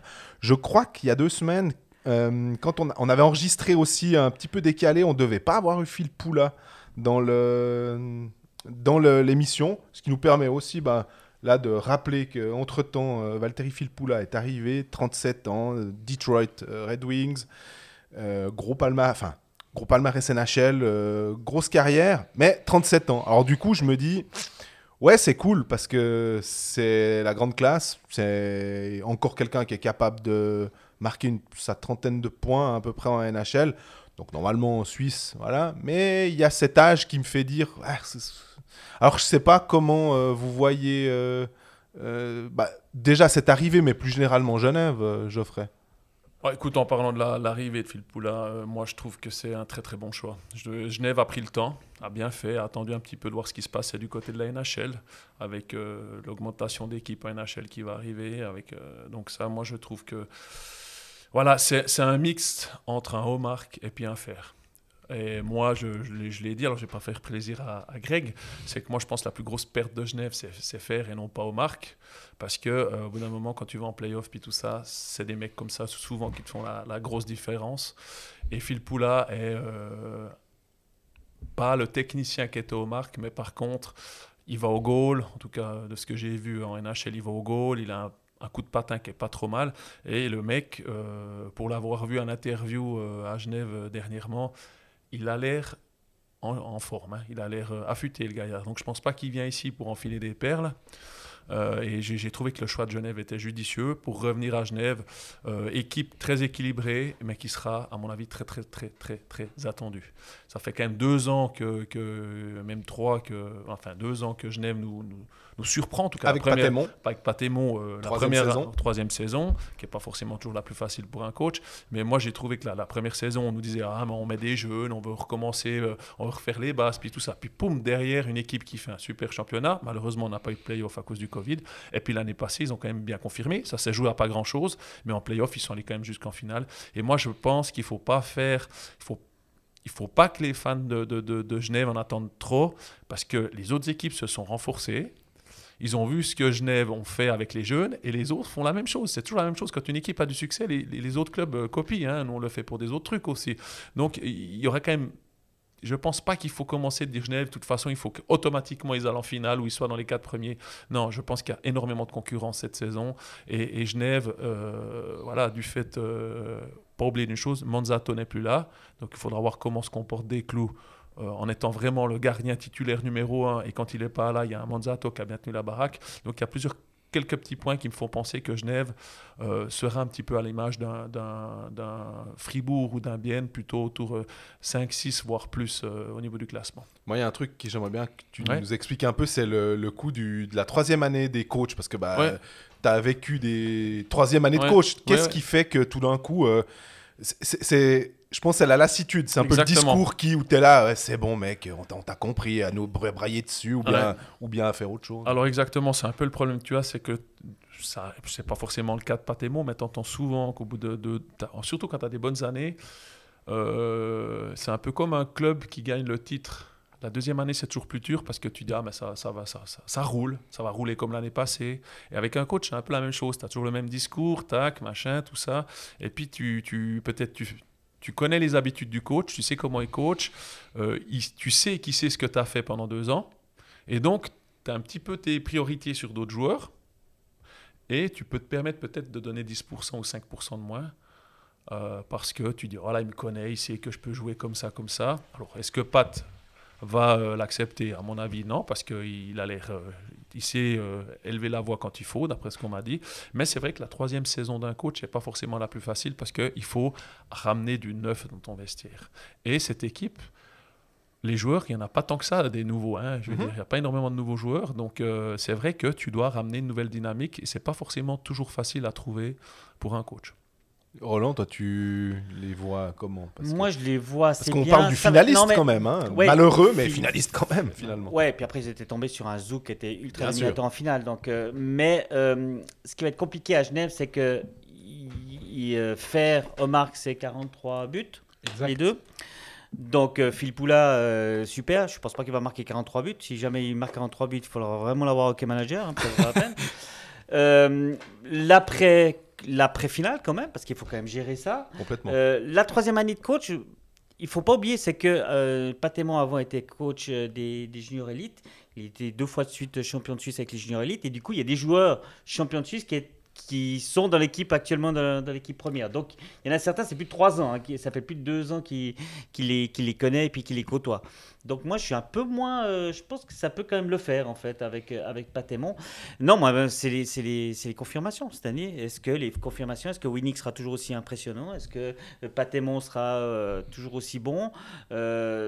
C'est compliqué, mais je pense que le début de saison sera... Alors, c'est marrant, parce que je disais le contraire pour Ajoie et bien, mais là, je pense que le début de saison de Genève sera compliqué, parce qu'il va y avoir le contre-coup de la finale, parce qu'il va falloir se remettre dedans, parce que voilà, ça reste compliqué quand on a joué une finale. Toutes les équipes qui jouent des finales, en général, l'année d'après, ils sont soit en galère, soit en difficulté.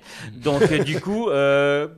le début de saison sera compliqué, mais ça reste une belle machine et ça reste quelque chose qui peut vraiment faire de nouveau quelque chose de très très bien en fin de saison. Ouais, je suis assez d'accord avec toi sur l'aspect l'an 2, on va dire. Et quand tu vois que Richard est toujours blessé, Le Coultre a dû se faire soigner, Mercier a été out un moment, Maurer n'est pas là.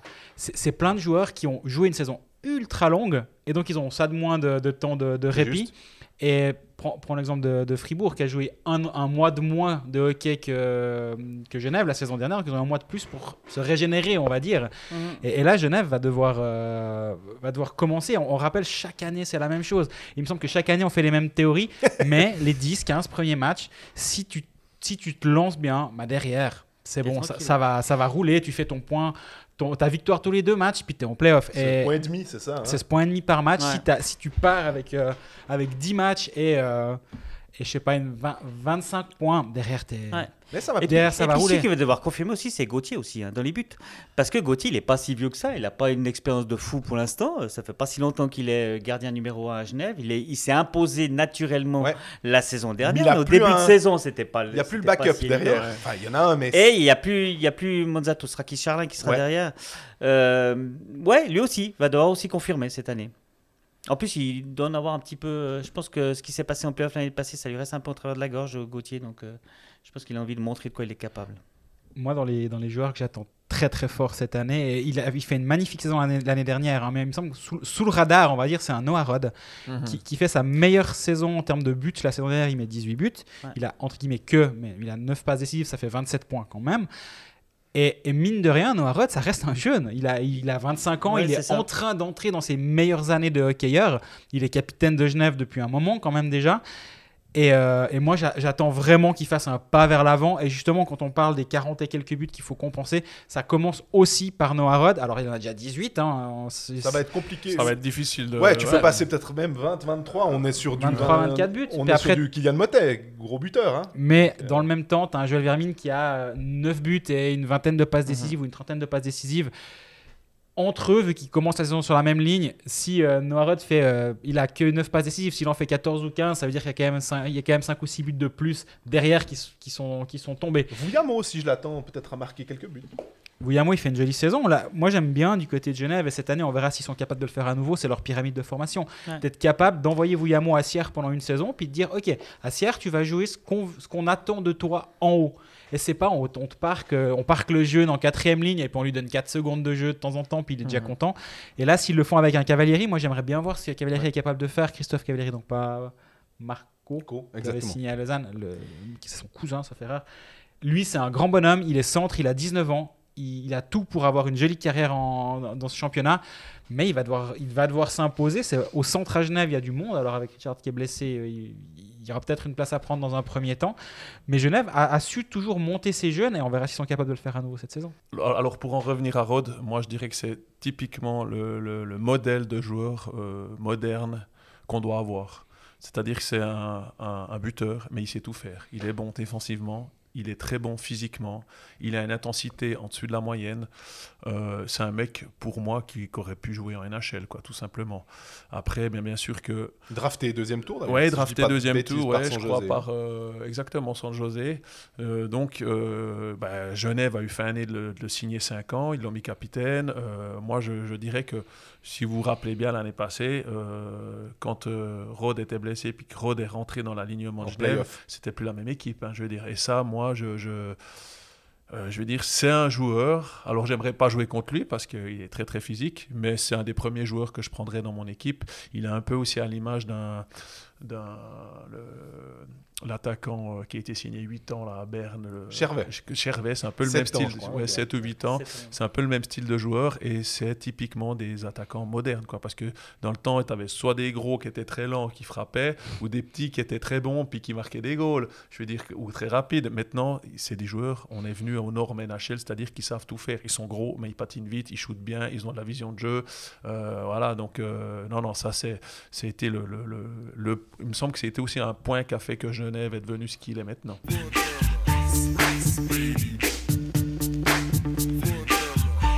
Est-ce que c'est la pièce de résistance? Je ne sais pas, mais en tout cas, on passe au Lausanne Hockey Club et on va écouter Greg.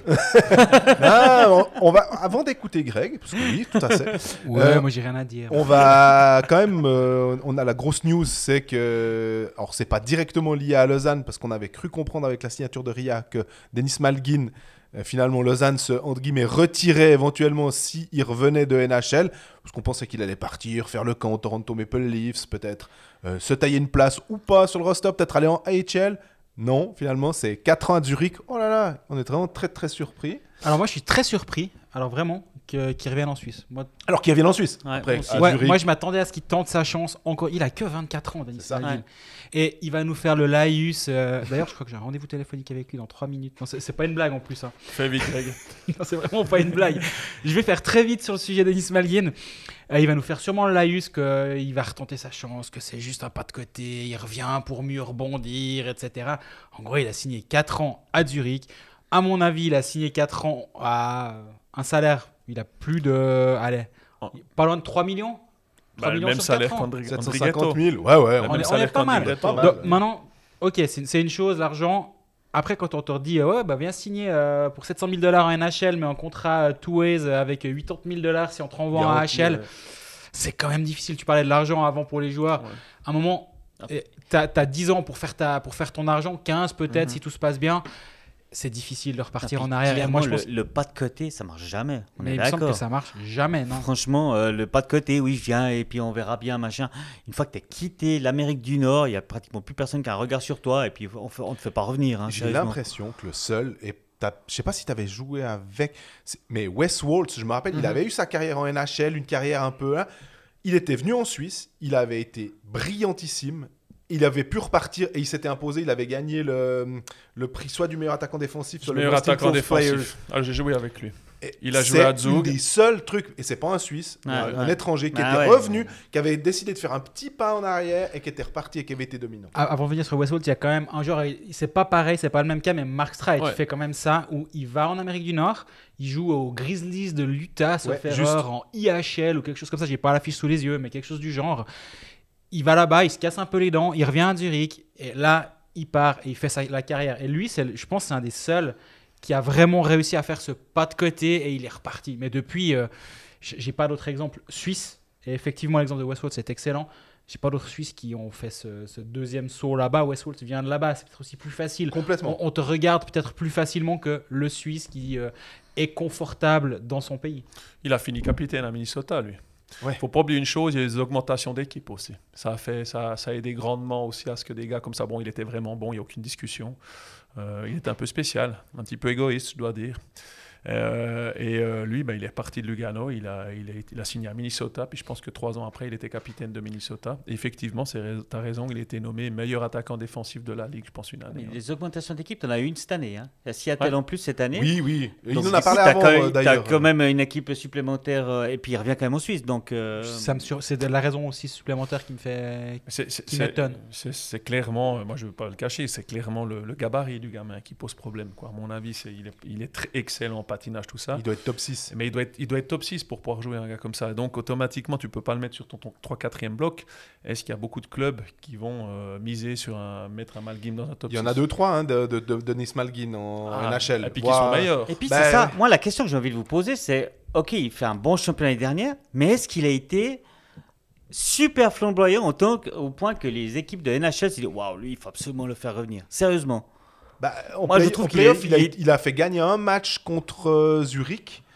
Mais sinon, est-ce qu'il a porté l'équipe? Est-ce que c'est le type de joueur, on parlait de Fer avant, qui a ce côté, qui est le relais du coach aussi sur la glace, on a l'impression. Malguin, ça reste un... Non, mais c'est un super joueur, on est Mais oui, d'accord. oui. Question toute simple ici autour, on est 4 entre Rod et puis Malguin pour aller en playoff. Vous prenez qui Complètement. Voilà, donc la réponse, Mais l'avantage à Zurich, c'est que il ne sera pas tout seul. Il sera pas tout seul. Ouais. Et je dis pas qu'il était tout seul à Lausanne. Non. Parce que Lausanne avait une belle équipe l'année dernière, mais à Zurich, il y a peut-être plus de leadership autour de lui. Et t'attends pas Denis Malguin d'être ton leader. Voilà, Ce sera c'est pas le très cas. juste. Mais d'ailleurs, Malguin Andrighetto, si on regarde comme ça, le côté, il y en a un qui était un peu dans la niche de Patrick Fischer, c'était Malguin. Andrighetto, parti en KHL, puis finalement il revient à Zurich, puis là aussi en NHL, il n'a pas forcément été jusqu'au bout du truc. Et pourtant, à Colorado, je trouvais qu'il était pas mal placé. Il était à 2 doigts vraiment de s'installer. Mais ouais, puis clairement finalement, NHL. à un moment, on sentait le gars qu'on avait un peu marre. Quoi. Ouais, c'est vrai. Et il vient en Suisse, il vient dans son cocon zurichois, il s'est fait tatouer un bout de la ville de Zurich sur le corps. Donc c'est vraiment... Ah bon? Voilà, on a compris que c'était son club et tout. Ouais. Mais voilà, on sort pas un Zurichois de Zurich. Je crois une fois Greg disait, c'est le truc le plus compliqué. Quand Chris Baltisberger a été sur le marché, les clubs étaient intéressés. Et puis finalement, tu te rends compte que...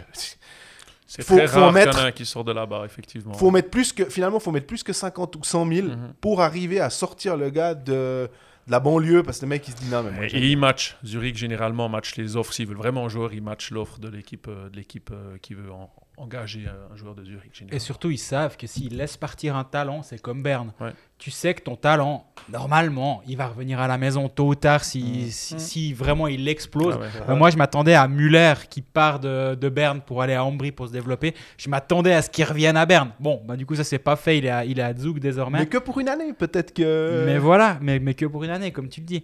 Et Vermin, il a passé à Lausanne, il est parti à Genève, mais tôt ou tard, il revient. Alors je pense que Berne aurait aimé qu'il revienne bien avant. Alors là, il y a quand même eu il y a eu un détour.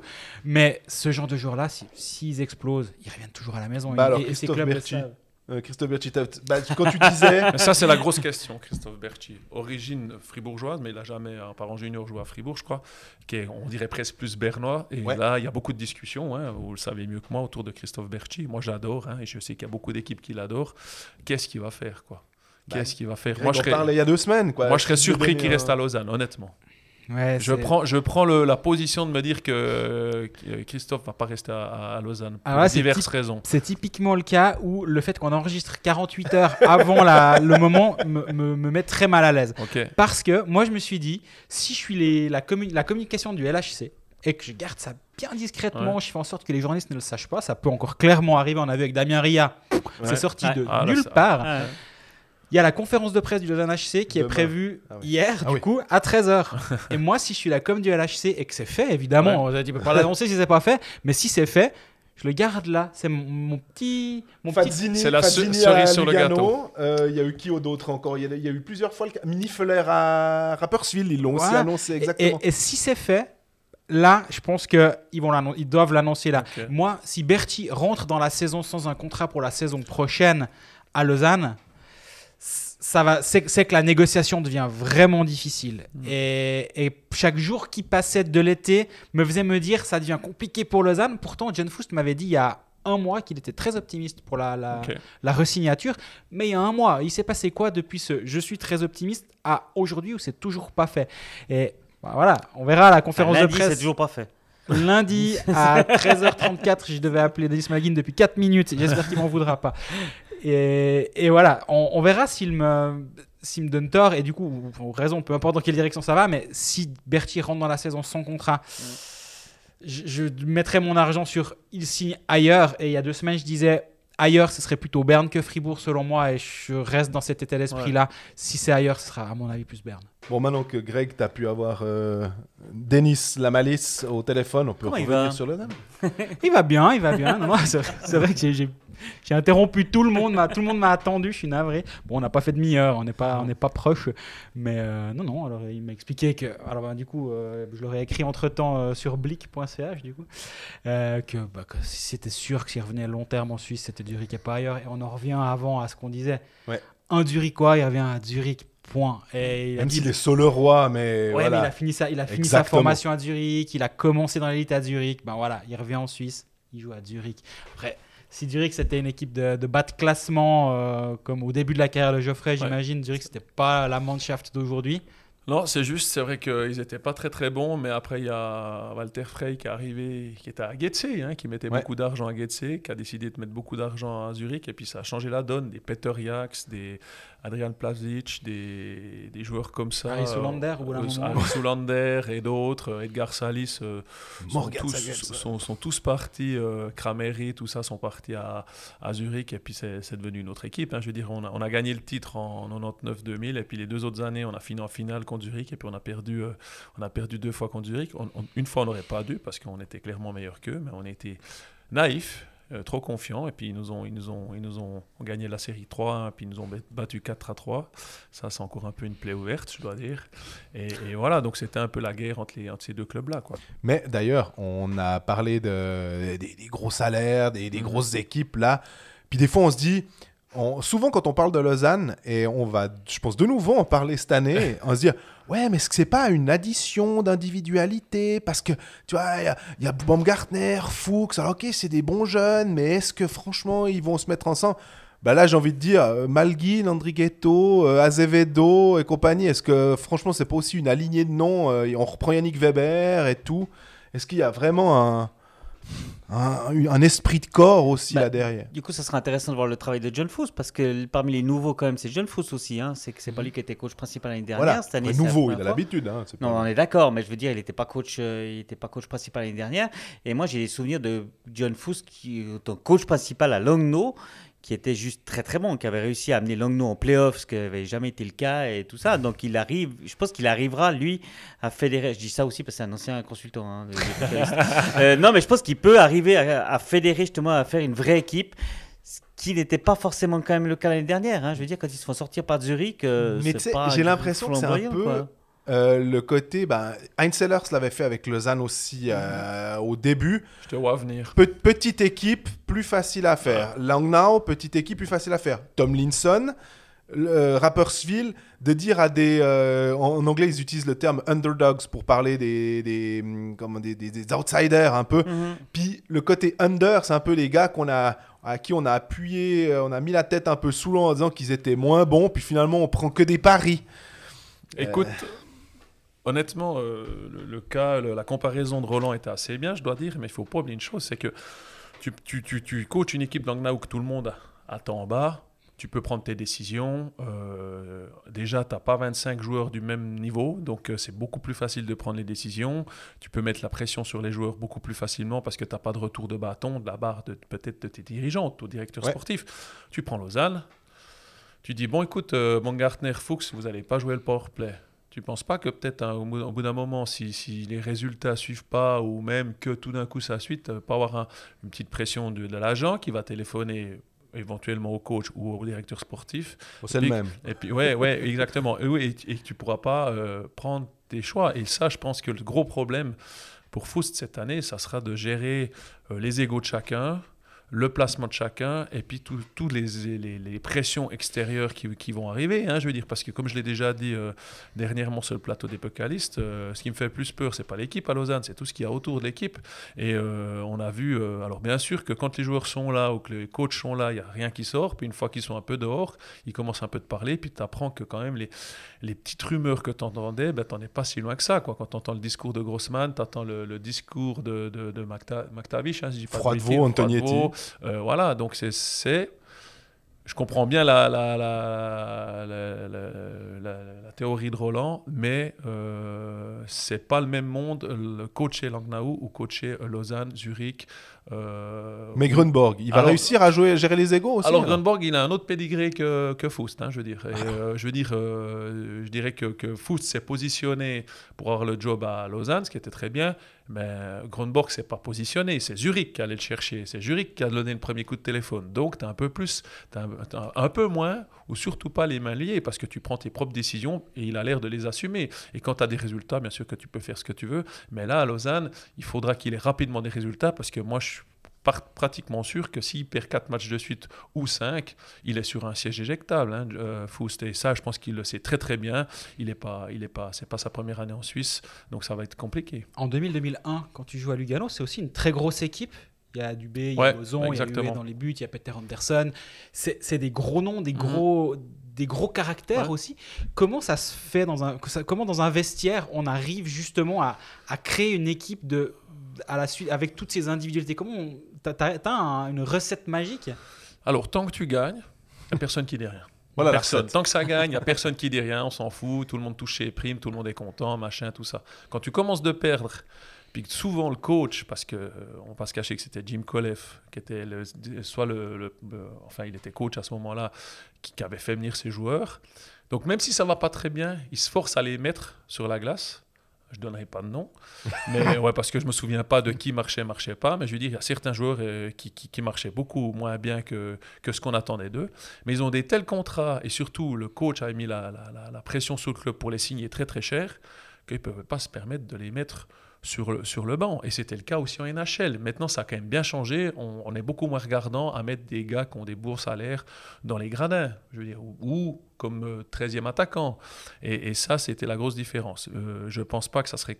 moi, je me souviens d'une fois où ça commençait un petit peu surtout dans notre défensive, on avait quand même des gars, Keller, on avait des Canadiens en défense qui étaient très, très, très bons, Marc Hasley, Trick Choumi, et on avait Anderson, mais Anderson, il s'auto-coachait, quoi.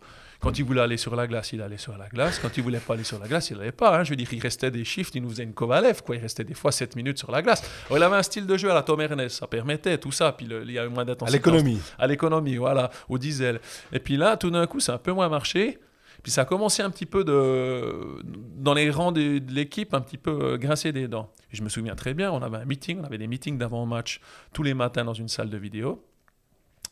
Et Jim Colef dit j'ai entendu que, à tout le monde en anglais, parce que toutes les théories étaient en anglais, c'est une anecdote assez sympa, vous verrez. Il dit il paraît qu'il y en a qui sont pas très contents que Peter Anderson il joue 30 minutes par match, qu'il fait ce qu'il veut, puis tout ça. Il dit attendez, je vous montre un truc. Il met une cassette vidéo. En ce temps-là, c'était des VHS, si vous vous en souvenez. Bonjour, bienvenue à Colfax. Voilà, exactement. Il met une cassette vidéo où tu vois Anderson qui fait des moves incroyables pendant les matchs, qui bat un gars, 2 gars, qui marquent des goals. Il arrête la vidéo puis il dit le jour où vous êtes capable de faire ça, vous jouerez plus. Point à la ligne. Il n'y a plus jamais eu de discussion, quoi. Donc voilà, des fois, il faut trancher mais est-ce rapidement. que c'était pas pris un peu out of context, Peter Anderson, où on prend que des bonnes séquences? Oui, finalement, mais les 15 fois où il perd le puck, tiens, il n'y avait pas là. Non, mais c'était de la politique. Hein, ouais. Je veux dire, tu peux regarder en dehors du hockey, ils sont très très bons pour ça. Dès que c'est un truc négatif, ils potent très très bien en touche, puis quand ça les concerne, ils te parlent de ça pendant 2 heures, quoi.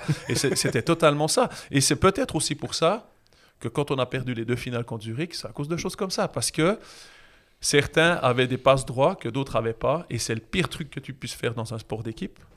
Et c'est surtout ce qu'ils devront faire attention à Lausanne cette saison, quoi, tout simplement. Est-ce que tu penses aussi que certains, on a cité les noms, on a entendu Dubé, Bozon, je pense aussi pas mal à un Bozon, de me dire, est-ce que lui, en tant que joueur star, acceptait beaucoup plus volontiers, parce que dans son caractère, il pouvait tout d'un coup devenir un bosseur sans trop de problèmes, puis dire Moi, je suis un très bon joueur qui va marquer beaucoup de points, mais j'accepte complètement de me mettre au service de l'équipe et finalement, ça rendait la chose plus simple. Alors Boson, tu pouvais rien dire parce que c'était un mec qui donnait toujours le 110%, qui s'il pouvait pousser un puck avec les dents dans la cage, il le faisait même en se faisant arracher la tête, quoi. Dubs, je me souviens, Dubs, je pense qu'il doit s'en souvenir aussi, quand il est arrivé à Lugano, c'était la grande star qui arrivait, qui avait joué en junior, qui avait été élu meilleur joueur des juniors majeurs, qui a été drafté par New York, les New Rangers. York en deuxième tour, Ouais. qui avait pas joué à New York à part quelques matchs, mais 4e bloc, donc t'imagines bien qu'en ce temps-là, c'était pas facile. Mais je veux dire, quand il est arrivé sur la glace à Lugano, moi j'avais joué contre lui quand j'étais très jeune, il était déjà très dominant à ce moment-là, il arrive, tu vois, le mec, il volait sur la glace, il était bon vraiment, voilà, Dubs. Mais il avait énormément de pression parce que bien sûr, il avait un contrat à hauteur de son talent, et je me souviens que les 4 ou 5 premiers matchs, alors qu'on avait gagné des matchs, il avait pas fait de points, et le mec il avait ragé dans le vestiaire, quoi, alors qu'on avait fait des bons résultats. Et maintenant peut-être que ça serait plus possible parce que voilà, je veux dire, la mentalité a changé, mais ça t'explique un petit peu des fois. Alors après, il a aussi changé sa mentalité, il a gagné des titres avec Berne, il n'y a aucune discussion, mais quand il est arrivé, voilà, il voulait montrer que c'est tout à fait normal. Et puis, ouais, c'est clairement, je m'en souviens très bien dans le vestiaire, il avait cassé sa canne en arrivant, puis il était parti direction des toilettes. Et alors qu'on avait gagné les matchs, parce que Christian supportait pas de ne pas avoir fait de points, quoi. Mais il était jeune, il avait 21 ans aussi, quoi, je veux dire. Moi, c'était réglé, quoi. Je préférais quand on gagnait des matchs, parce que des points, j'en faisais de toute façon beaucoup moins que lui, quoi. Si on revient à Lausanne, Roland, t'en penses quoi de cette équipe? Non, mais c'est super dur. Il faut te jeter. Ouais, non, mais Roland. c'est super dur parce qu'une nouvelle fois, c'est une bonne sur défense, le hein, papier. Ouais. Non, mais sur le papier, ça le fait. Bah Franchement, ouais. ça le fait super bien sur le papier. Mais est-ce qu'il y aura l'alchimie qui va bien se faire? Est-ce que, comme dit Geoffrey, est-ce que les petits soucis externes qui pourraient toucher le club pourraient infecter l'équipe? C'est tellement compliqué, Lausanne. Mais ça fait des années que je suis Lausanne, puis ça fait des années que c'est compliqué en fait avec Lausanne quand même. Chaque année, en fait, au début de saison, on se dit non, ça va bien, mais tu vois, d'un coup, si jamais ils ont des petits problèmes, ça peut foutre un peu le bazar et tout ça. Donc, Mais il faut du bazar, non? Il faut qu'il y ait un peu c'est une sorte de Justement tradition à pas. Lausanne. Non, mais je dis, on à a l'impression que Lausanne- c'est traditionnel à à Lausanne. Lausanne, ouais. Il y a Ouais. du remous, t'arrives pas, tu te dis calme plat, C'est pas possible. ça ne bouge plus, Et même, l'eau c'est est d'ailleurs- calme. c'est même très drôle parce que l'année dernière, justement, on pensait qu'on avait vécu un été plutôt tranquille, puis à la fin, il y a l'espèce de psychodrame avec Vermine et machin chose. C'est Lausanne. Non, mais c'est vrai, ça, on n'arrive pas. Il se passe toujours quelque chose à Lausanne. Alors, du coup, pour nous, les journalistes, c'est bien. Hein. Greg, il se régale. C'est pour ça que je plaisantais au début sur on va demander l'avis à Greg parce que les journalistes, c'est assez cool parce qu'il y a plein de trucs à faire sur Lausanne. Mais c'est Lausanne. Après, je pense que Lausanne va quand même devoir faire des bons résultats parce qu'il y a quand même des personnes qui mettent de l'argent, beaucoup d'argent. C'est les 100 ans du club l'année prochaine, hein, 2022. Ouais. Je suis Non. pas sûr que les actionnaires, ça les intéresse beaucoup, ça. Non, Mais, non, bien sûr, non, t'as tout à fait raison, mais Non, mais l'historique Non, quand mais même. ouais, mais du coup, ils mettent beaucoup d'argent, puis à un moment donné, ils ont envie qu'il se passe quelque chose, en fait. Donc, la pression va devenir très forte également sur l'équipe. On met beaucoup d'argent, on a envie d'avoir des résultats. Ce qui s'est passé avec Zurich l'année passée, c'est gentil, les gars. On va pas leur faire chaque année, ça. On va essayer de faire un petit peu mieux cette année. Donc, du coup, ils auront beaucoup de pression, nos amis lausannois. Tu disais, Jean-Fred, justement, elle est bonne, cette défense Sur le lausannoise. papier, ouais. Moi, je commencerais par dire, ils ont déjà de bons gardiens. Oui. Ils ont un duo qui a été extraordinaire l'année passée. C'était une des raisons du succès de Lausanne. On parlait beaucoup de Malguin, de ses solos, de son patinage. Il était hyper flashy. Mais derrière, ça tenait sacrément la baraque et ça commençait par le duo Stefan Boltzhauser. Mais comme tu dis, la défense est bien. Maintenant, il y a 2 défenseurs étrangers. Il y a 5 étrangers engagés, mais c'est un des clubs qui n'a pas le droit à 5 étrangers. Donc, tout en... Barberio arrange un peu l'histoire en étant absent pendant les 6 premiers matchs. 5, non? 5. Ouais. Mais derrière, il va falloir faire un choix entre les deux, j'imagine. Toujours est-il que c'est solide. Alors, il y a Frick, Eldner, Glauser, la nouvelle recrue, hein, Gernat ou Barberio, parce qu'on va partir du principe qu'on va plutôt choisir un des deux, mais peut-être qu'on va se faire avoir. Il y a encore Marty derrière, il y a encore Genadzi. J'allais dire, t'oublies Genadzi. Voilà.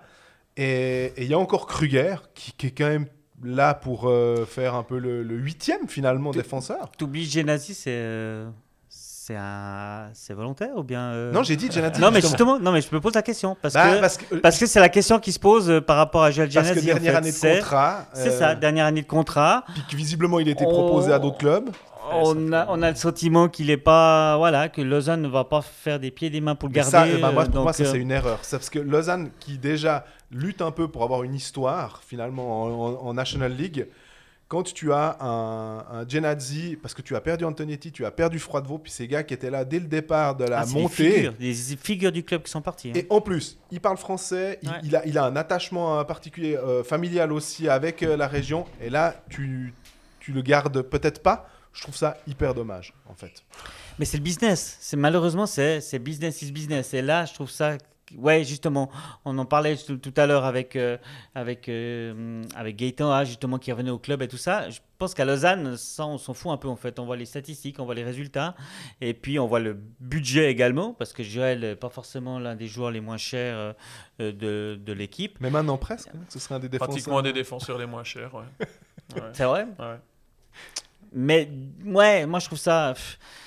Enfin, ouais, Joël, déjà, il aurait dû être capitaine l'année dernière. Hein, complètement. À la place de On se Barberio, rappelle qu'il y avait eu. clairement. On avait un peu eu l'explication. Ouais, c'est ça. D'ailleurs, je crois qu'il était vraiment pressenti à un moment donné pour être capitaine. Puis finalement, c'est Barberio qui avait été capitaine.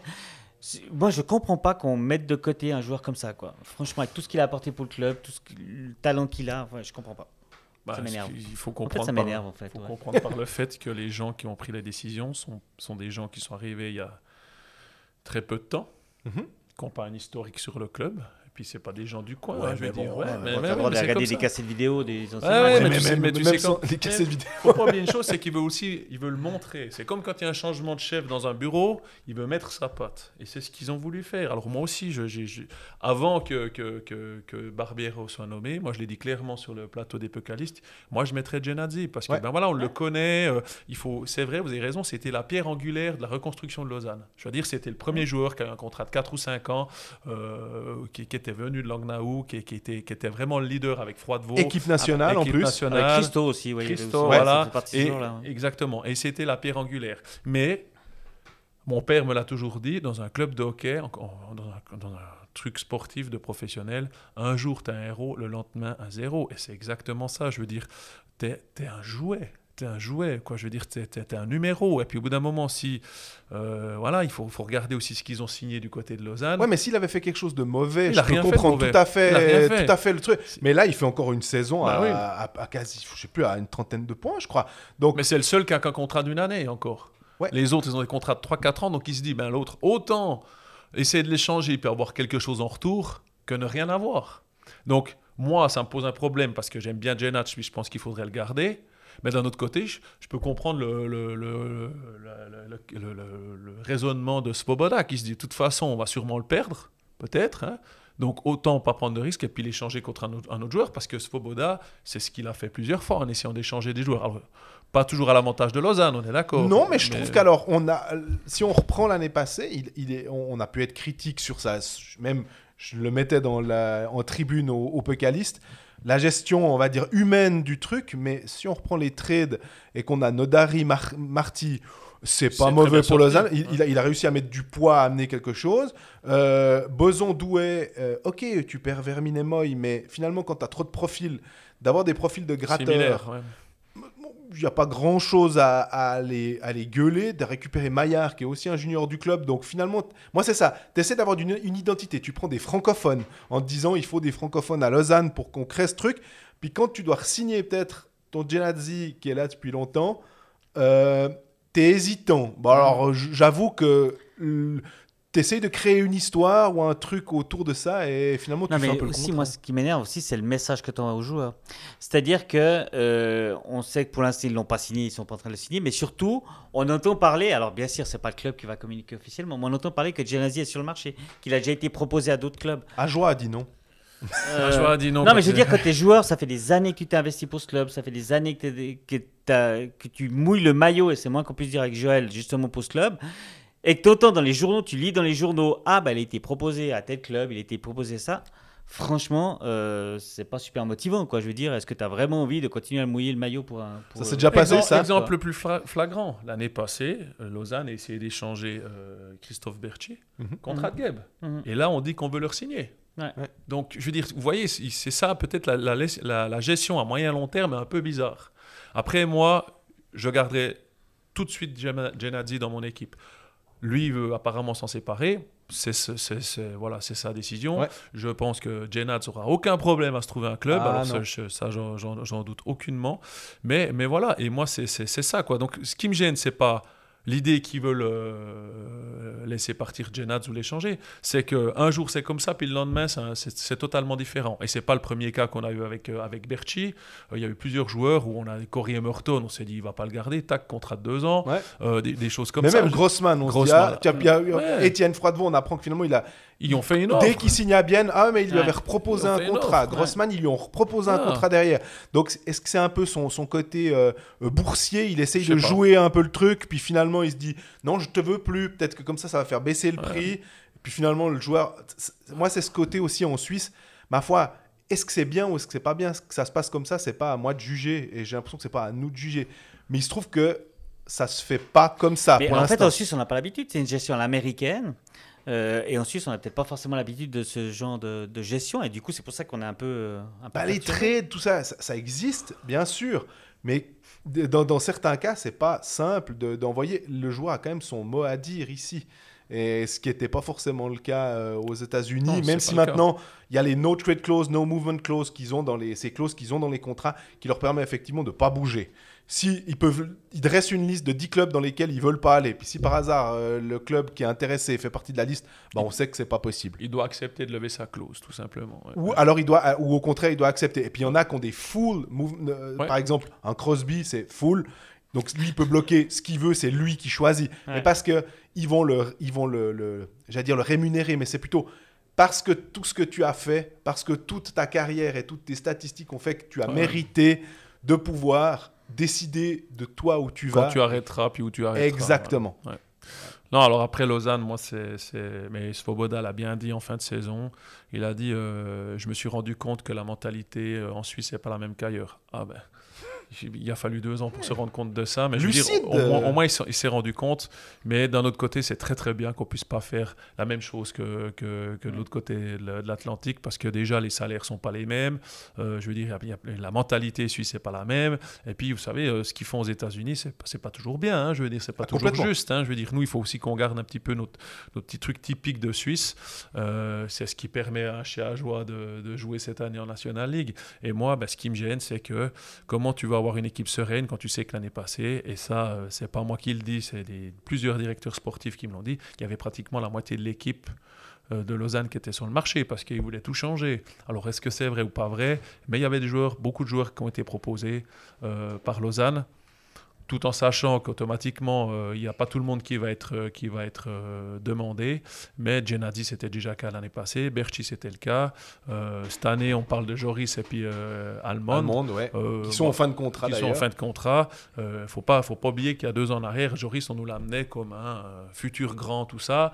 Je veux dire, il a joué comme il devait jouer. C'est-à-dire que c'est un bon centre qui se joue des deux côtés. Mais il le voulait absolument. Et je peux vous dire qu'il le paye très, très cher. Ouais.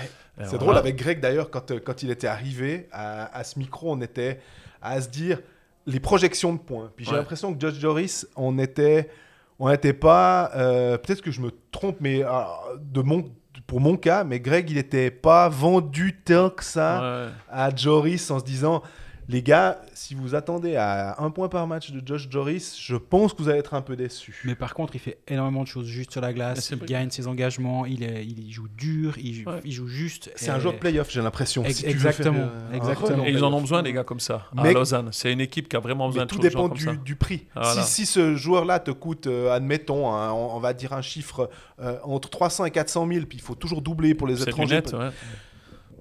Non, mais Est-ce on que va pas tu se mets cacher, ça là il n'y a aucun club c'était comme un peu le problème Richard l'année passée à Genève, qui a été proposé à pas mal d'équipes. C'était le salaire qui bloquait. Burgler aussi, je crois, a été proposé, de Lugano avait été proposé, il me semble, à des clubs. Alors ça, je ne le savais pas, mais c'est fort possible. Mais je peux clairement dire que ce qui bloque, la première chose que les clubs adverses demandent quand ils sont intéressés par, c'est le salaire.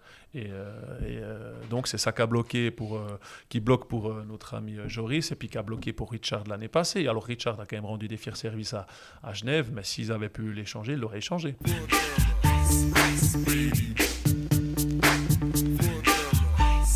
Pour terminer, il y a encore 2 petits points. Et je me suis un peu absenté. personne ne l'a remarqué, mais autour de ce micro, ils ont continué leur théorie, c'était magnifique. Sven Leuenberger m'a appelé pour expliquer pourquoi Zurich a droit à 5 étrangers. Donc la raison est la suivante. Il a signé un contrat de 4 ans avec Zurich. Il a signé une année la saison dernière à Chicago. Donc théoriquement... Pius Suter. Donc théoriquement, il est redevenu joueur des Zurich Lions dès que son contrat était échu avec Chicago. Et s'il n'avait pas re-signé en NHL, il aurait été où? À Zurich, vu qu'il a un contrat de 4 ans avec Zurich. Et dans la foulée, il signe un contrat avec Détroit. Donc, ils perdent leur... Et il y a un gros problème parce que la Ligue pensait que ce n'était pas le cas. Et Zurich a dit, mais nous, voilà comment on interprète votre règlement. Il était chez nous, ce gars. S'il avait signé 2 ans à Chicago, c'est une évidence selon le règlement que ça ne serait pas le cas. Et je suis sûr qu'au moment de mettre ce règlement sur pied, ils n'ont pas pensé à cette histoire. De toute façon, cette Lex Suter, c'est une connerie depuis le début, on en a assez parlé. Mais honnêtement, nous, on organise une draft avec des amis. C'est pas moins bien organisé que la National League, il n'y a pas ça. Hein. Non, mais tous les points... Vous bossez gratuitement. Et ouais, tous les points de règlement sont marqués noir sur blanc avant, c'est voté et tout. Puis il me semble qu'on n'oublie aucun cas. Là, ils oublient quand même un truc incroyable. Donc, Suter, vu qu'il a signé... Pain fromage, tu disais des fois. C'est une ligue pain fromage. Zurich va jouer avec 5 étrangers. Zurich pourra jouer avec 5 étrangers. Ils n'ont pas une équipe terrible, donc ça va les aider quand même. Non. Et deuxième point sur lequel je vais revenir, à l'instant où on enregistre, mais du coup ça aura 2 jours, mais peu importe, Dominique Cahoon a signé à Berne, qui tient donc son 4e étranger, en plus de Conacher, Jeffrey Daugavinch et donc Cahoon. Je pense que Berne a pas loin d'avoir le meilleur contingent d'étrangers. Quatuor d'étrangers, ouais. Cahoon, on rappelle, on parlait de Gaëtan Haas Edmonton. Cahoon, c'est le grand pote de Draisaitl, qui est un des 2 meilleurs, un des 2 meilleurs joueurs actuels, on va dire, avec McDavid. Allemand, exactement. Et du coup, ça va être solide. Là aussi, Hockey Manager, faudra qu'on voit la cote. Du coup, la cote sera sortie, puisque mercredi sera sorti. Mais ça va être vraiment vachement intéressant de voir joueur rapide. Je pense qu'il va se plaire dans le championnat de Suisse, quand même. Il faudra voir la durée du contrat. On parlait de 3 ans, donc ça va être sympa. Encore des mots de tête au Hockey Manager, c'est franchement pénible. Bon, alors on fera pas d'épisode la semaine prochaine. On a fait 2 épisodes en un. Merci les gars. Là, il faudra laisser un peu de temps pour digérer ce monolithe qu'on vient de faire.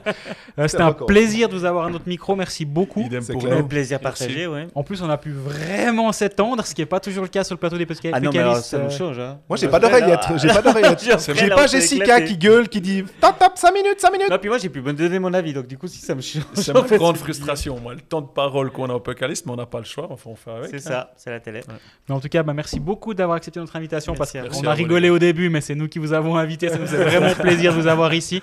Et on se réjouit de vivre cette saison en votre compagnie sur les Pécalistes. Et ça va être super. Donc, merci. Et pour nos auditeurs, on se retrouve quand même la semaine prochaine. On va pas résister. Et je peux faire un petit peu de pub? Tu peux. Parce qu'on a le live des Pécalistes. On est mercredi aujourd'hui. Donc ça commence demain, le live des Pécalistes avec Geoffrey, avec Johan et Jessica qui sont à la présentation. Et ça sera en partenariat avec Blick. Donc on aura Greg qui va venir nous dire bonjour, je crois toutes les semaines également dans le live des Pécalistes. Je vais essayer. Oui, c'est ça. C'est vrai que merci d'y avoir pensé. Voilà. Pour nos auditeurs, effectivement, on se retrouve la semaine prochaine. Entre-temps, vous pouvez nous poser toutes vos questions sur nos différents réseaux sociaux, vous abonner à nos chaînes. Et merci de votre écoute fidèle et bonne saison à tous. À bientôt. Au revoir. Bientôt, au revoir.